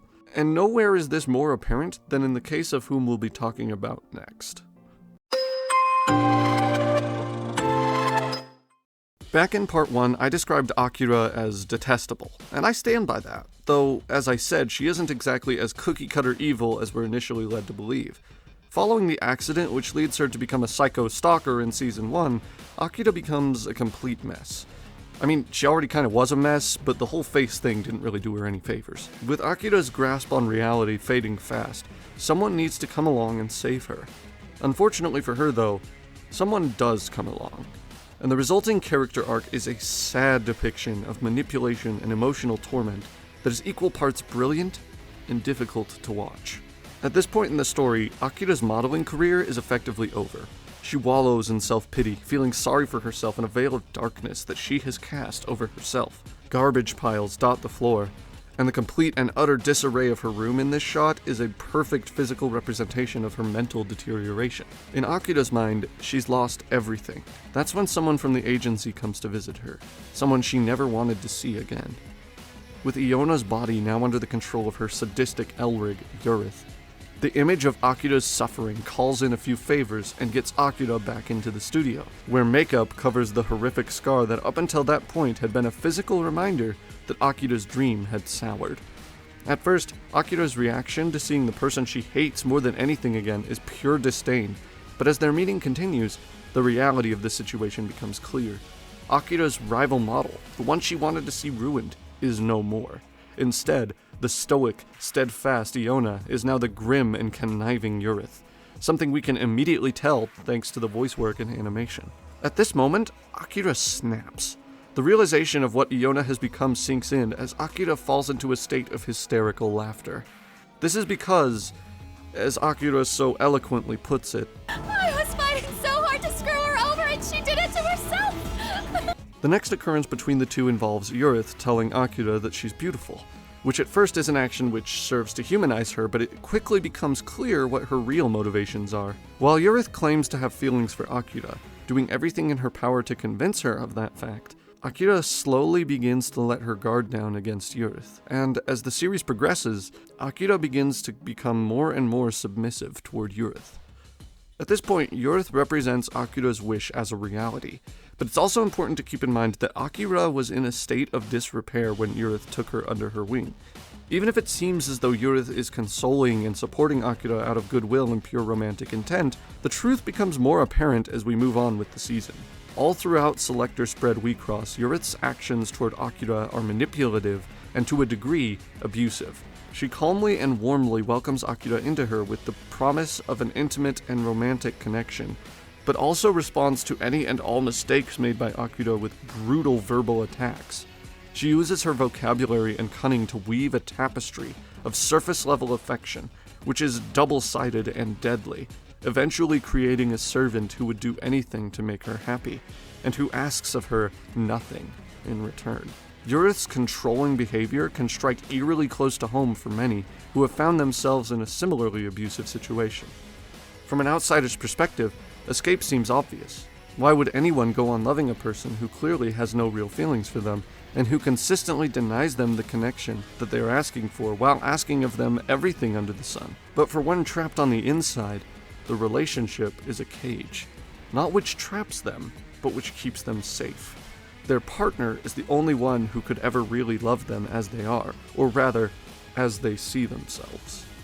It does a remarkable job of making us feel for Akira, empathize with her, and though her actions and personality are still rather toxic, we feel for her on the basis that not even our worst enemies deserve the kind of life that Akira lives under the abusive command of Urith. It's a brilliantly dark twist on an already brilliantly dark psychological deconstruction, and it adds quite a bit to Akira's character to learn of her past and watch her suffer in this way. By the end of the season, the results of this kind of relationship are clear, and the way Akira shows her instability by talking to herself and biting her nails in this scene are a testament to that. Urith, don't leave me, I'm begging you. Even when Akira risks everything to accomplish the tasks which Urith asks of her, it still brings her nothing but pain and guilt.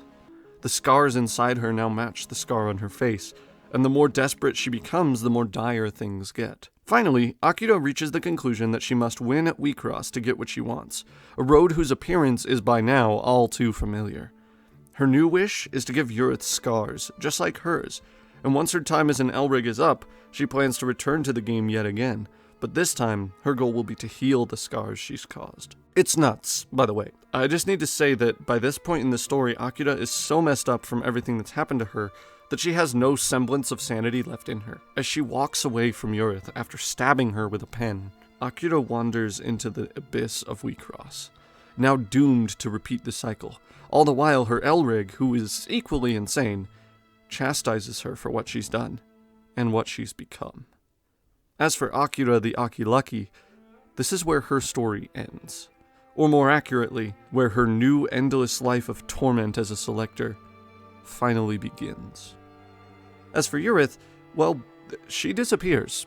After acting as Tama's new selector for a while, yes, you heard that correctly, Urith vanishes from the body of Iona, and a new personality emerges. One whose name is, well, Iona. It gets a bit complicated here, and we're running a tad short on time, so if you'd like a further explanation, / my theory on Urith's disappearance, you can pause the video and read that, since we won't really be coming back to it later. The important things we learn here are that the case of Iona proves that a selector can somehow be returned to their original bodies, and also that who we once knew as Iona wasn't really Iona at all. Now before we get into what that means, let's talk about Ruko. A long time ago, I made mention of the fact that Ruko takes the idea of being a burden on others very seriously, especially when it comes to her close relatives, like for example her grandmother. I also said that it had something to do with spoilers that we'd get into at a later date. Well, we haven't done it yet, and we're nearing the end of my analysis, so because I want to make good on my word and because I couldn't find a better place to put it, this is where we talk about Ruko's past. It's never verbally stated, and no real attention is brought to it at any point, but Ruko has a fear of attachment. When she was younger, her parents got divorced, and this event truly traumatized her. It made her not want to form close bonds with anyone, or do anything to make her mother upset, which as a result morphed her into a somewhat emotionless little girl. Whenever the two would go to the store together or her mother would ask if she wanted anything for herself, Ruko would always say no, leading her mother to feel distant from her early on. The stress of raising a child she believed had no emotional connection to her eventually became too much, and this is where Ruko's grandmother comes into the picture. You can actually hear Ruko's grandma talk to her mother about this over the phone, something which Ruko overhears and which honestly feels like it should be more of a major plot point than it is, but oh well. There's no point blaming yourself for this, not anymore. I'm tired of hearing it. This has all been settled before. And I won't have you pretending to be her mother either. I don't hold a thing against you, but when you said you weren't meant to be a parent, I was inclined to agree, and my opinion hasn't changed.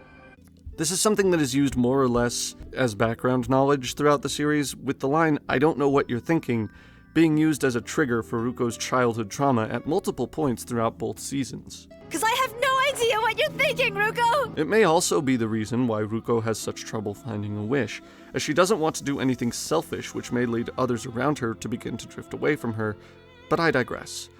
That's the Ruko story. We see it developed a bit too as she becomes friends with Hitoe, Yuzuki, and later on Shiori, but that's all I really feel the need to discuss here, though I do acknowledge it as yet another brilliant layer of depth the series manages to juggle. But without any further delay, let's talk about what I mentioned earlier on, about two characters who seem to act as parallels to one another. We've already discussed the one. Time to go over the two. Or rather, the three.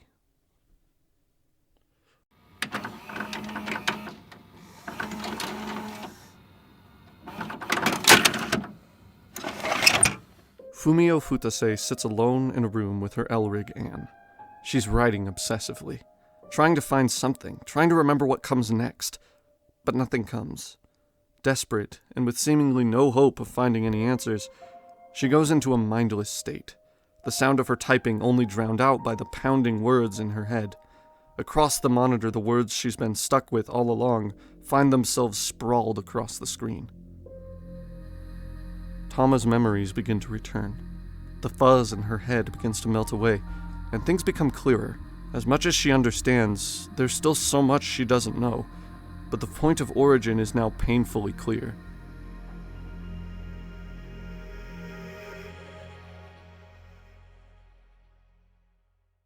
There's a room that we see toward the end of Selector Spread Wixoss. It's a sad, derelict place, left abandoned in the back of an empty house. The only windows are at the top of the room. Enough natural light for a person to feel comfortable, but no real sense of freedom or even a view of the world outside. This is life for a young, frail little girl, a child whose reality is about to change forever. This lonely, neglected little girl, who never once is given freedom to leave her isolated tower, is called Mayu. Mayu, as you may have guessed, is special. You see, this tiny, sad little room is the White Room. The plane where selectors go to become Elrigs, and the plane from which the game's power emanates. Indeed, Mayu is the creator of Wixoss. Mayu is the cause of everything we've seen thus far. Alone in her little room, she invented a game which resulted in vivid, imaginary tournaments. Tournaments in which everything was on the line. It was during this process that the parallel lines were brought into this world. The first Elrigs, Kuro and Shiro. Those names may be a bit confusing for you, so let me use names you might be more familiar with instead. Tama and Yuki. The rules came as she went. Mayu's game evolved in complexity and consequence by the day, until eventually it was all she had left. All Mayu cared about was the parallel lines, and the roles associated with them.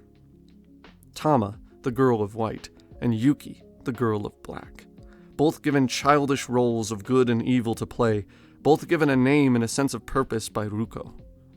In the end, all this suffering, all the chaos and the hardship, all of it came from the most primal of places. Loneliness created Wixoss. Childish naivety infected it, but it was the Selectors in the end who spread Wixoss. The problem lay within Mayu's isolation. Since she never had any friends of her own, her will was always absolute. You were either something or you weren't. Everything to Mayu was just the way she had always envisioned it, black and white. But even those clear distinctions could never be perfectly in line forever. Yuki, the name eventually decided to be Iona's once we learned that she never truly had a name, desires to be the girl of white, a role decided by Mayu to fall into the hands of Tama instead. The final battle is the result of this childish spat. All this time, Mayu has been living with the game she had created, the nightmare she had willed into existence. In all that time, she never realized, or perhaps she never found herself able to accept, that within her there were two forces, both good and evil, wickedness and selflessness, white and black. In the end, Urith and Mayu face off against Ruko and Yuki, and eventually, Ruko and Tama. As the sides of the coin merge together, and the power of understanding the gray between the lines proves a victorious effort, the game finally ends. Mayu, the third parallel line, accepts herself, Not as pure white or pure dark, but as with another show I talked about on this channel, a beautifully flawed shade of charcoal gray. In 2016, the Wixoss franchise was gifted a film to celebrate the success of both the card game and its tie-in anime. And in turn, the film itself ended up being celebrated with the release of specially designed decks based on the ones the characters in the film use, specifically White Hope and Black Desire. I actually picked up the Black Desire deck myself some time ago, and the quality and care that went into this is definitely fitting of what was intended to be a celebration of the franchise's success. Looking at you, Nintendo. Take notes. For any other franchise, this film would ultimately end up as yet another lackluster recap film, which is a big part of the reason that I never got around to actually watching the film when it came out. That, and the fact that it was never actually given an official release outside of Japan, at least not to my knowledge. However, after finishing up my 2-part analysis of the Selector anime back in January, the idea of finally sitting down to review the movie kept gnawing away at my mind, almost as if I subconsciously knew that there was more to this film than I had previously assumed. Finally, once a friendly commenter confirmed those suspicions for me, I decided that since the next deep dive video was going to take me a fair amount of time to finish up, doing a shorter video about Selector's tie-in film might be a productive way to fill that newfound gap in my schedule. That said, there were 2 things I plan to do with this video. The first is to compare whatever new content the film may contain to what was already discussed in my previous videos, to see how my analysis of the series stacks up to what was intended to tie up the rest of the series' loose ends, and give its viewer base a concrete resolution to the story.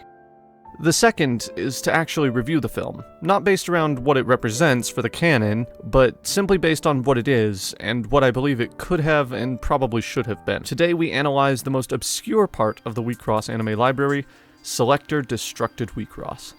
Welcome aboard.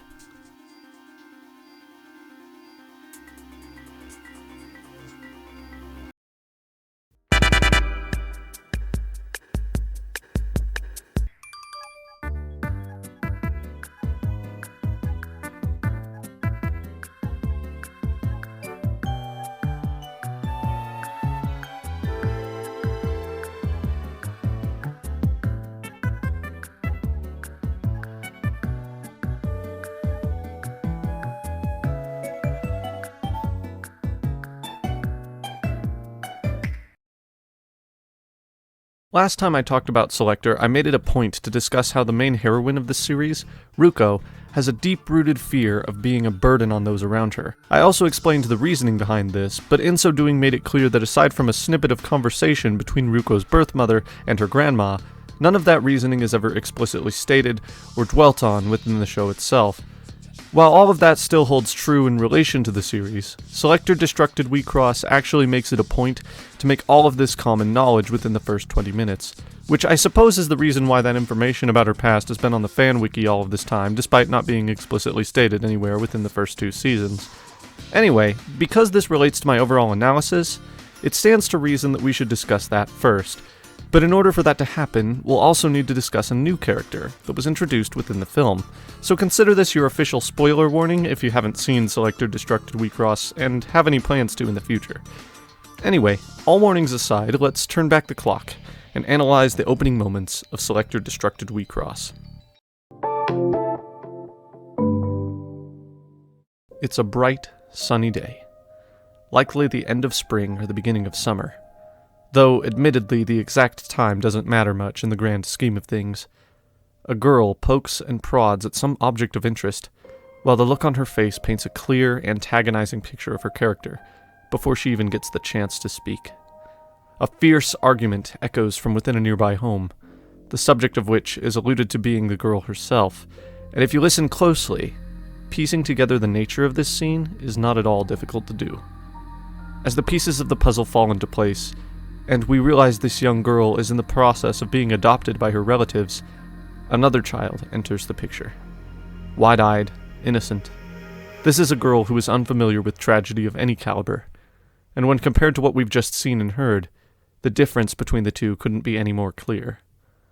The innocent child is Sachi, while the one who gives off a more sinister aura is named Rumi. Sachi, in typical childlike curiosity, eagerly approaches Rumi to find out what has so fully captured her new friend's attention. That's when another clear difference between the two is made strikingly clear. When Sachi sees what Rumi has been poking at, she doesn't respond with the same morbid intrigue that we saw Rumi display just moments ago. Rather, her response to the sight is immediate sympathy, stating that she, quote, feels bad for it. Mere moments later, we finally bear witness to what the it in question really is, and our inferences about who these characters are is cemented. You see, what has created such differing reactions among these two children is this. An injured butterfly, slowly dying alone in the shadow of the house.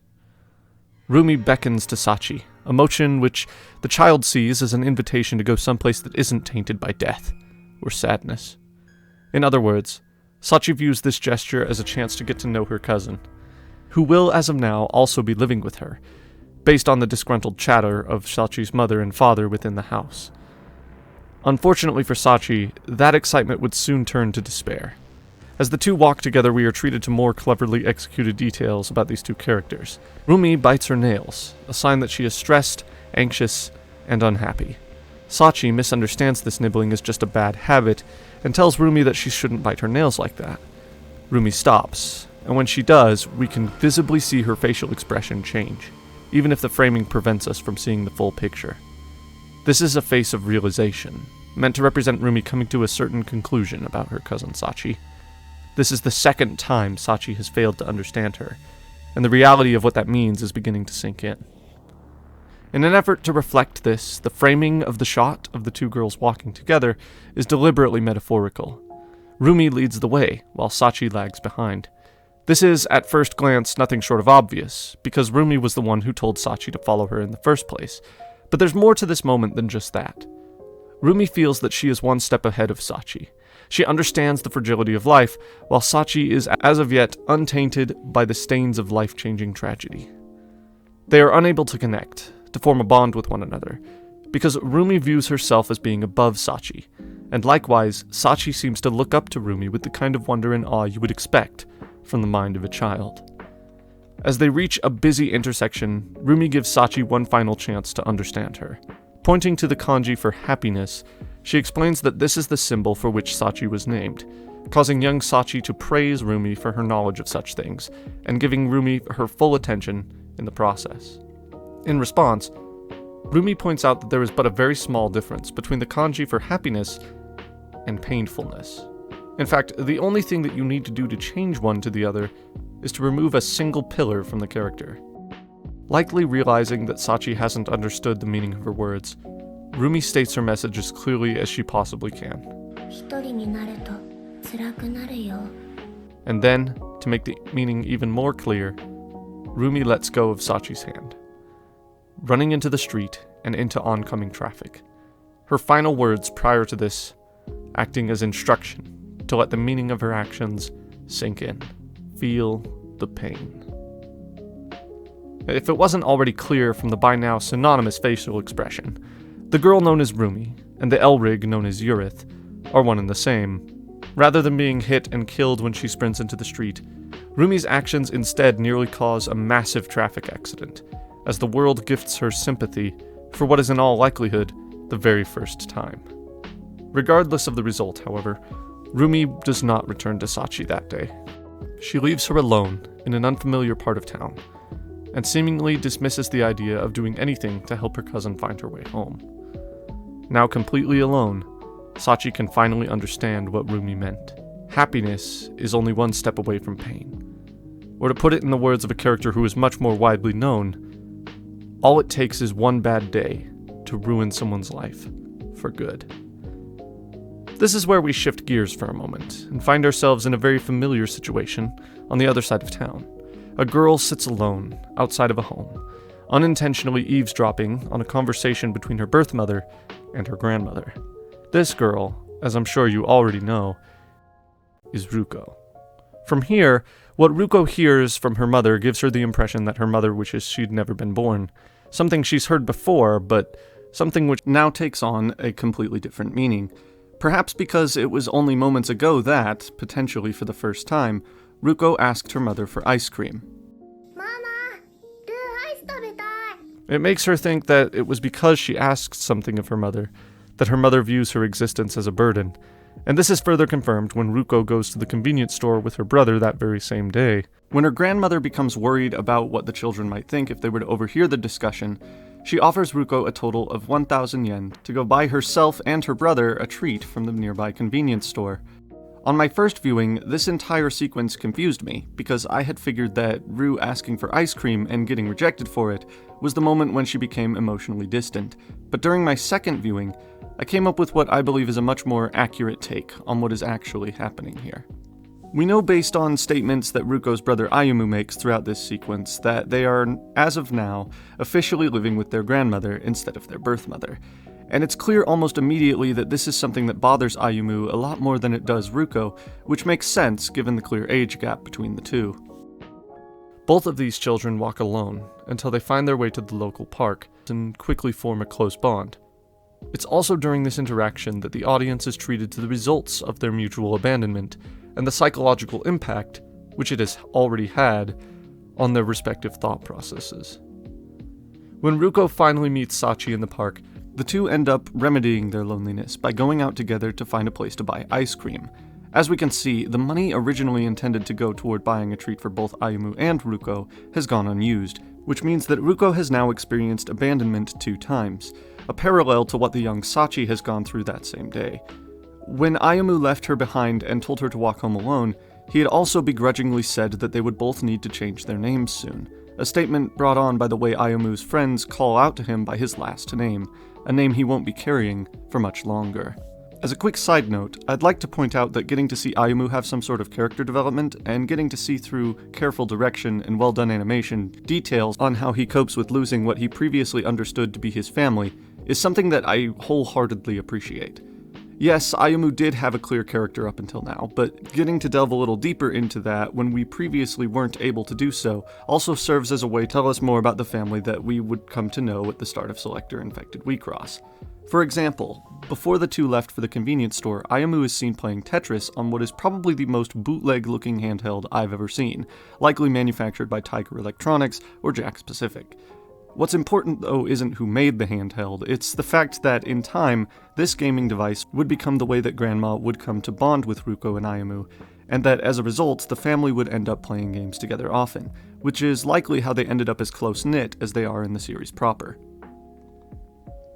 We can also kind of tell that Ayumu harbors a resentment toward Ruko, at least to some degree, because as you may remember, not being able to understand what Ruko's thought process was the very thing that led to this situation in the first place, and that's probably why Ruko asks for ice cream to begin with as well.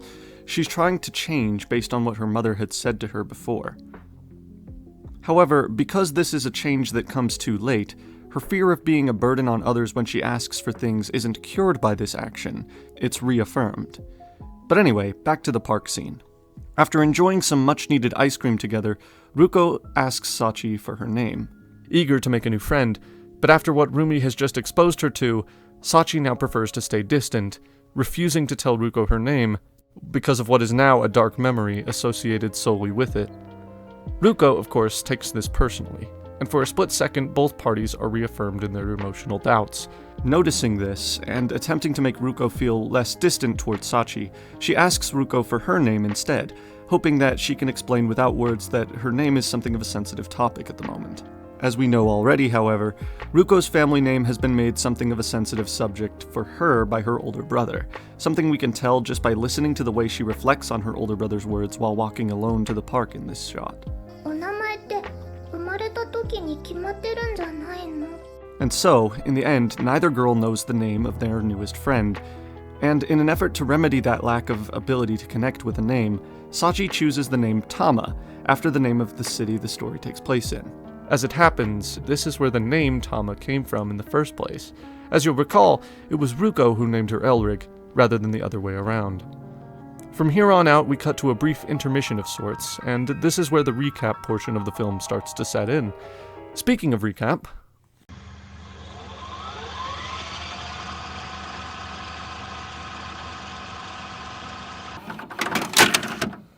within the bizarre confines of the anime fandom, the words recap film seem to mean different things to different people.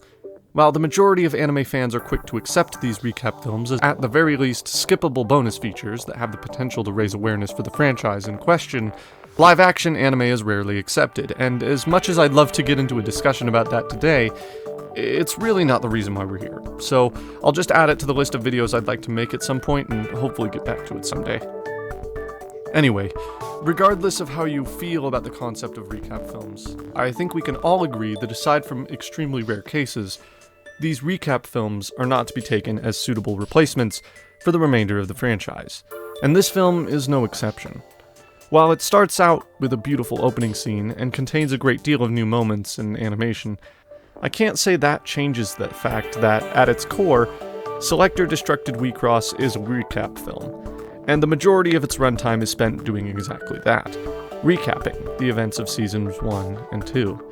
Unlike with the Attack on Titan or Madoka Magica films, this recap isn't simply adapted into a shorter version of the story for the film, it's literally a narrator recounting the events accompanied by flashbacks to those moments. It is recap in the least engaging sense, and as a fan of Wixoss, I have to admit that it is a little disappointing. It isn't that the film is bad, because the new concepts and story elements introduced are anything but, something I hope my in-depth analysis of the film's opening segment has illustrated for you. My issue is simply that Selector Destructed Wixoss is a movie rather than a series of OVAs or its own standalone miniseries. For example, when Attack on Titan chose to cover events from the past and shed new light on moments the audience had already seen, they made OVAs about it. In fact, as of this moment, Attack on Titan contains a total of 83 episodes, as of the time of me writing this, and of those 83, 8 of them are OVAs. That means that roughly 9% of the entire series is relegated to OVA content, and not a single one of those OVAs is skippable or unimportant. Each tells an important piece of the overall narrative, from the story of how Levi Ackerman came to be the man we see in the series proper, to what Annie Leonhardt actually did with her time once she joined the MPs in Central. These episodes are exciting, and they do what any good episode of a series should do. They further the characters, and they further the overall narrative. Now let's compare that to Selector Destructed Wixoss. Obviously, there's enough new content here to fill a full OVA episode, potentially even 2 OVAs, but not quite a full-length movie. While it's true that this content is designed around the fact that Destructed is a recap movie, and this decision helps give the film a slightly different feel than your typical recap film, those gestures are ultimately not enough to make the recap feel interesting. I watched this film twice while making this video, and during my second viewing, I just ended up skipping past all of the recap because if you've seen the series proper, you have nothing to gain from listening to Mayu recount the events of the first and second seasons, though the added interactions between characters, especially when it comes to Urith, were admittedly very pleasant touch. Now that I've given my thoughts on the recap portion of the film, I think it's only fair for me to analyze the remainder of the Selector Destructed Wixoss's new content, and see how it stacks up to what I've said about the series thus far.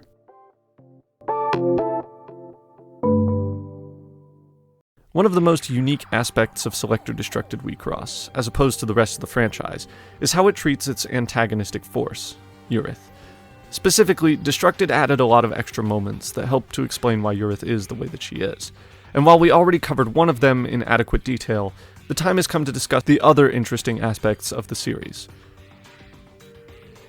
One very important idea, that I forgot to discuss previously, is the theory that Urith's wish is to become the Girl of Black, because of her love for human suffering.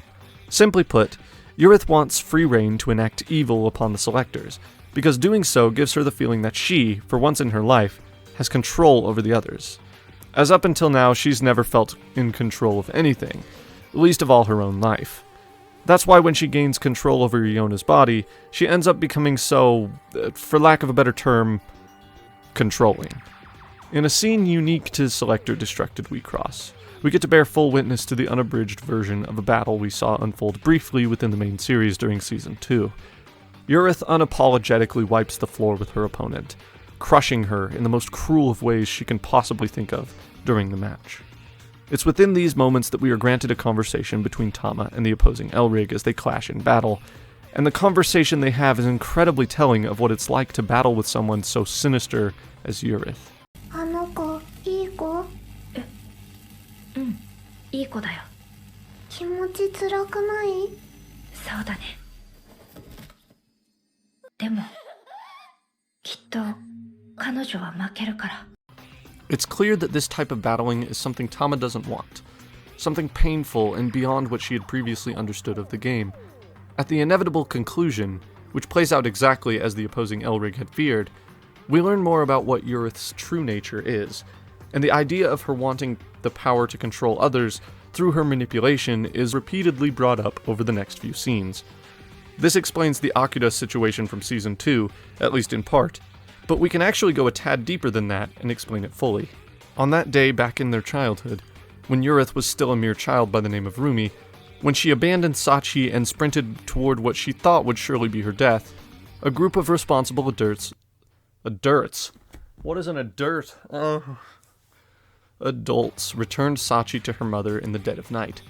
Just before that moment occurred, however, the tragic reality of Rumi's life at home is made clear to us, as we get to have a look inside the house. Sachi's birth mother, and by extension Rumi's aunt, is seen physically beating Rumi for abandoning the one who was entrusted to her care. A quick glance at the table shows that while there are supposedly 3 members of this family at this point in time, Rumi, Sachi, and their mother, dinner is only set aside for 2. After a particularly impactful blow, Rumi lies in pain on the floor, in the same position as we later see Hitoe in after Akira hurts her. This moment serves as a potential explanation for the way Urith responds when she sees what Akira has done. It's entirely possible that what we've seen of her past is the very reason behind Urith's poison of choice being manipulation. And now that Akira has crossed over from psychological torment to physical abuse, she needs to be put in her place. It also may be that this is the reason Urith was fond of Akira to begin with, because of Akira's wish to see Iona ruined, and how Akira reacts when she finds out that in the end, Iona was the one who ruined herself. This could explain Urith's monologue about how external scars are ugly, while internal or hidden wounds are much more palatable. I do have to admit, though, that this is still a detail about which I'm not 100% certain. There could be any number of other explanations, and there's more to unpack than just what I've discussed, so if you have a prevailing theory about Urith that differs from mine, please feel free to share that in the comments, because that is a discussion that I honestly would really love to have. Regardless of that detail, however, the way the film ends gives us little doubt about who Urith truly is, or I suppose, given the context of the film, was. Urith preferred manipulation because it was some way to gain control over people. She knew that no matter how nice people pretended to be to her, abandoning her was what they truly wanted. She overheard her aunt talking about how she didn't want her before the two had even properly been introduced. So by acting like the creature she was made out to be by others, all she was doing was forcing them to be honest. It's entirely likely that she never actually wanted to hurt anyone, but after being hurt so much at such a young age, the only way to remedy that hurt was to make others hate her. Because at the very least, when people said they hated her, or called her a heartless monster, she knew that they weren't lying. It hurts to be alone, or so the saying goes, but if the alternative is worse than loneliness, if it's hatred, then maybe being alone wouldn't be so bad after all. This is why when Sachi refuses to be mean to her, even after all she's done to control her, Rumi grows a deep-seated hatred for Sachi, and eventually torments her until she attempts suicide by jumping off of a building. Sachi survived this, however, and when visiting the now comatose body of the only person who ever seemed to truly care for her, Urith fights an emotion she doesn't understand by laughing it off, and verbally assaulting an elderly woman who tries to express sympathy for her in some way. In Urith's eyes, this person doesn't understand. This person couldn't understand, because this is one of the very people whom Urith hates so much. This person, she thinks, must surely just be another liar. After dealing with this in her own way, Urith declares her wish has been granted. And this is where, just steps outside of the hospital, Urith seems to willingly return Iona's body. And this would also explain how she ended up as the new Girl of Black, and by extension, Mayu's Elrig. In the end, Sachi too became an eternal girl. And in the aftermath of the final match of Season 2, as she fades away for what is almost certainly the last time, a hand reaches out and grabs her own. Sachi's only wish was for Urith to not be alone, and she has sacrificed everything to be with her for all of eternity, even as a formless entity within the endless void. Urith, of course, rejects this at first. Nobody has cared for her until this point, Why would they care now? But as we fade to black and the two disappear, we, along with Urith herself, finally understand. Sachi was never lying, and Urith is never going to be alone again. So in the end, Urith was evil, but she was only evil because she had been made to be so by those around her. If all the world was ever going to do was abandon her, her only solace could come in the form of control via manipulation. They wouldn't be the ones to choose when they abandoned her. She would. And yet, as she fades with Sachi into the void, it's hard to imagine anything else being on her mind but regret. If Sachi had been genuine, who else had been? Of course, all of this is my own speculation, because ultimately it doesn't really matter what she's thinking in the end. What matters is that before the end, she was given compassion, despite all of her evil doings. At long last, the hurt has started to go away, and Urith can finally, after all of this time, begin to heal. In all honesty, there isn't much left to unpack about the events of Selector beyond what became of Urith in the end. The aftermath of the final match is shown to us, and I must admit it is heartwarming to finally have closure on the events of the series, even if it doesn't feel entirely necessary. In the case of ambiguous anime endings, a lot of faith can be placed in the concept of aimai, or reading between the lines of ambiguity. I think it was safe to harbor the assumption at the end of Selector Spread Wixoss that everything did end up working out for the characters in the end. Because if it hadn't, then it's safe to assume that we would have been shown something to that effect. Just because a series doesn't explicitly show you something, doesn't mean that it didn't happen. And while there's definitely a point to be made that anime in general suffers from the dreaded read the manga ending a frustrating amount of the time, I wasn't of the opinion that Selector was one of those franchises, and I felt that the ending of Season 2 gave me enough closure to be truly happy with. Is what I thought I would say after finishing the film. But I think my reaction to actually seeing that closure is proof that while those may have been my initial thoughts about getting a proper ending to the Selector series, the film managed to, shall we say, pleasantly surprise me. Gosh, is that? My girl's okay, she's alive! Yeah! From what we see here, there is a tad more to unpack about these characters, and where the film is implying they plan to go next, and in general, who they are now that the game is finally over. In a scene eerily reminiscent of a moment from the series' first season, we see Ruko, Yuzuki, and Hitoe playing a very non-selector-oriented game of Wixoss, and enjoying playing the game for just the sake of playing it, something that they now realize is much better than the kind of high-adrenaline battles they participated in before. Where Ruko previously complained about cards not being quite as exciting, it's clear from her actions that this thought has, by now, all but vanished completely in her mind. Akira is shown to be doing just fine, and is now friends with the girl who was once her Elrig. And I have to be honest, I have no idea how that's possible, because I was under the impression that these two hated each other. But after all she has been tormented by, maybe Akira is just happy to get a second chance at life. And now, having learned from her mistakes, is choosing to be the type of friendly person toward others that she always truly wanted to be, now that the scars of her past have been erased completely. It's not a concrete theory, but it is a theory, and it's the only way I can make sense of it. Either way, I'm sure this made somebody in the fanbase happy, at the very least. Chiori and Eldora seem to be getting along great, and even Fumio Futase, the tragic author from Season 2, has had her wish granted, something reaffirmed by this shot of the two standing together, content now that they can act as one another's mutual support group. Then there's Hitoe, and before I get into Hitoe, I'm going to need to break down a previous moment of dialogue that happened between the now human characters of Hanayo and Midoriko. While Hanayo states that she would rather not interact with her old Selector, choosing instead to write the events off as just a bad dream that she'd sooner forget, and for good reason, might I add, Midoriko's point of view seems to reflect Hitoe's, almost to a T.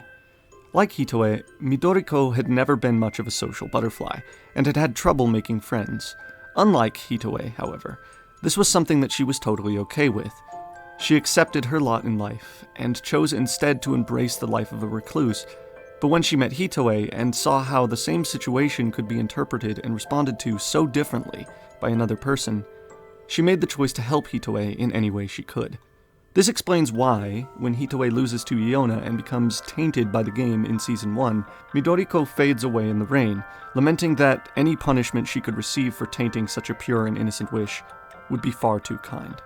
Given that Hitoe herself considered Midoriko a friend, and Midoriko understood this, it only makes sense for her to seek her out and find her now, and when the two meet on the train, Hitoe's reaction to finally being able to truly be friends with someone whom, in her eyes, supported her during the hardest time of her life, is something that she feels nothing but gratitude for. In the end, despite the evils of the game, Hitoe and Midoriko both view Selector battles as something they are grateful for, something they feel has made them stronger, better people, now able to overcome what had previously held them back. In fact, Hitoe's monologue in this scene is such a profound reflection of this point that I actually assumed the credits would begin rolling right then and there. But alas, we've got one more pair of Selector and Elrig to catch up with, and though it isn't the most impactful, it is the most important, because it represents the completion of the goal we've been fighting for since the ending of Season 1, Tama and Ruko. It's nice to see Tama get to be a part of Ruko's life as a real person rather than a card. Though I have to admit I could have gone without seeing Tama literally drink Ruko's tears off of her face. That was a bit weird. Why did they do that? While it's true that there's a lot of metaphors happening in these final moments of the film, and even the tear-licking shot has some level of significance to it, it wouldn't do anything to change the overall meaning that this ending seems to carry. For a great number of Selectors, even for the antagonist of the series, all any of them really needed was a shoulder to cry on, and a friend to help them through their struggles. It was thanks to Ruko's realization of this that what was previously considered impossible is now a definite reality. And it's why I consider Destructed, while definitely full of recap, to be a worthwhile addition to the franchise. In the end, I think this is the ending that a lot of people wanted to see for Selector, myself included. In my opinion, what we should have got was an OVA for the all-new content, but all things considered, I find myself left with very few complaints.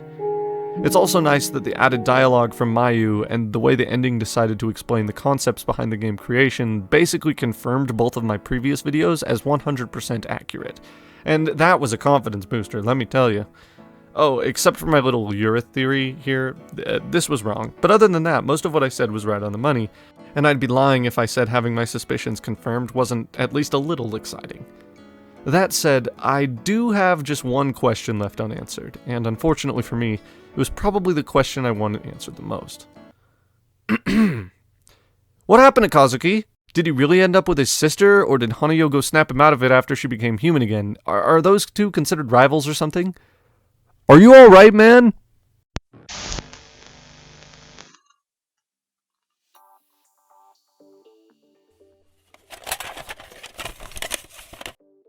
In the months that followed the Wixoss movie video coming out, and perhaps a little bit before that, some interesting things happened around the Wixoss community that I'd kind of like to talk about, since they're relevant to the fact that this is a supercut / director's cut / mess. One of the most interesting things that happened, that no one really expected would happen, but somehow did, is that the card game for Wixoss got released in English, which no one ever thought would happen. But it did. So basically, after the original run of Wixoss, they decided to continue it, or the original studio decided to continue it for a while. That being with the Lostorage series. And you might be wondering, like, Lostorage is connected to the original Selector series. And that means that I should talk about it. And I'm technically not finished with this series until I've talked about Lostorage. And ironically, Lostorage, along with the movie, is the part of the show that most people who have seen the original Selector seasons haven't seen. So I'm kind of shooting myself in the foot by having this video be 2 hours and not talking about Lostorage. And for that reason, I'm going to talk about it now. Lostorage is a epilogue of sorts to the original Selector. I felt that the original Selector, that is the 2 seasons, perfectly captured everything I possibly could have wanted and answered almost all of my questions that I had. I have not seen Lostorage at the time of me recording this. I've seen like the first 2 episodes of it, but I haven't seen the whole thing. Mostly because, again, it is incredibly difficult to get a hold of in the West. You can watch it on Crunchyroll, but that means watching it in Crunchy format, because Crunchyroll's video player is not good. So I've decided against watching it for now. I keep sort of waiting for a legal release, and I haven't really found one. What I should have done is picked up the Blu-rays for this while I was in Japan, but I basically, the Blu-rays are hard to come by, and Crunchyroll isn't, in my opinion at least, a viable option for streaming. Because I haven't seen Lostorage or the sequel, so there's Lostorage Incited, which I believe comes first, and then there's Lostorage Conflated, and I actually have thumbnails for eventual videos that I wanted to make talking about that. The problem is, I have so much more things that I'm working on right now, and Lostorage seems to be so far separated from the bit of it that I have seen that it would probably be better to just include it as its own separate thing. As for the future of the video briefly teased at the beginning about how to play Wixoss, well, I never got around to making that. So instead, what I'm going to do is put it here. Because again, they translated the card game, or claim to have. And so because they did that, we're going to read the beginner's guides together and go over how Wixoss says you should play Wixoss. I speak Japanese, but I'm going to use the English version of the site, because if they want people to understand it in English, they probably should write it in English. It should also be known that I stopped playing Wixoss when the key thing came out, so the Diva thing is completely new to me, and we'll talk about the Divas after I'm done with this end bit here. But basically, it's according to the website, Wixoss says that it has been a card game since 2014, which is what I talked about in my video. Features highly strategic gameplay and super beautiful illustrations and processing. I don't know what they mean by processing, but you know what? We're gonna go with that. Now in its 7th year, the English edition is finally launched. Good. If all of the English edition is as good as this website's translation is, we're gonna have a great time. Hello, Selector. You become a Selector and fight together with three girls. What? To the top Diva? Diva? Assist Elrig? Divas? You might be wondering, Octo, if you're planning on analyzing Lostorage, are you also planning on talking about Diva Alive? Well, see, the thing about talking about Diva Alive is that I wouldn't be very nice to it. I don't like Diva Alive. However, there are other members of the anime community, the Wixoss fan community especially, that did talk about it. If I were to ever do a Diva Alive video, I would probably want to work with them on it and talk to them about it first, so I could see what it is about it that they like or dislike as much as they do or don't. And if you want to find out how they feel, this particular creator feels about Wixoss, you can check them out. They're called Twindere. They commented on my original video. Thank you guys so much for doing that. And they talked about pretty much every episode of Diva Alive in detail. I recommend it. Great fun. Really good way to figure out if Diva Alive is going to be for you or not. And for me, Diva Alive took what Wixoss was doing that was interesting and kind of just pretended it wasn't as dark as it was and tried to make it about collecting idols. Sure, but I'm not super interested in talking about it unless you guys want to see the Wrath of Octo come out again. And based on the Gleipnir video and other videos of that nature, I just don't feel like people come to my channel for that. So unless there's significant demand for me to cover Diva Alive, I won't. Lostorage, however, I will cover. I don't know when. Probably, if I had to put a date on it, I would say you can expect a Lostorage video, if all goes well, around Christmas of this year. I'm not going to be 100% for sure on that, because I will be living in Japan at that time. Again, I'll be back there. And so whether or not I'm able to find a private space to record my video audio at a listenable level that isn't terrible and off of my laptop, that is the main question we'll have. So yeah, I'll probably pin comments here on this video when it gets closer to that time, just updating you, letting you know if that's going to happen or not. But basically, what happened to the Wixoss series after Selector is that for 2 seasons, this canon was continued in the form of Lostorage Incited and Lostorage Conflated, which, because they don't carry the Selector name, I decided to leave for a separate video, which will probably come out around December, sometime around then. After that, is Diva alive? And yeah, that's a thing. In other news, other non-Selector related news, or non-Wixoss related news, I should say, BIBLIOMANIA. Some of you saw the trailer. I don't know if those same people made it this far into this video, probably not. But if you did, it is my pleasure to announce that BIBLIOMANIA is basically done.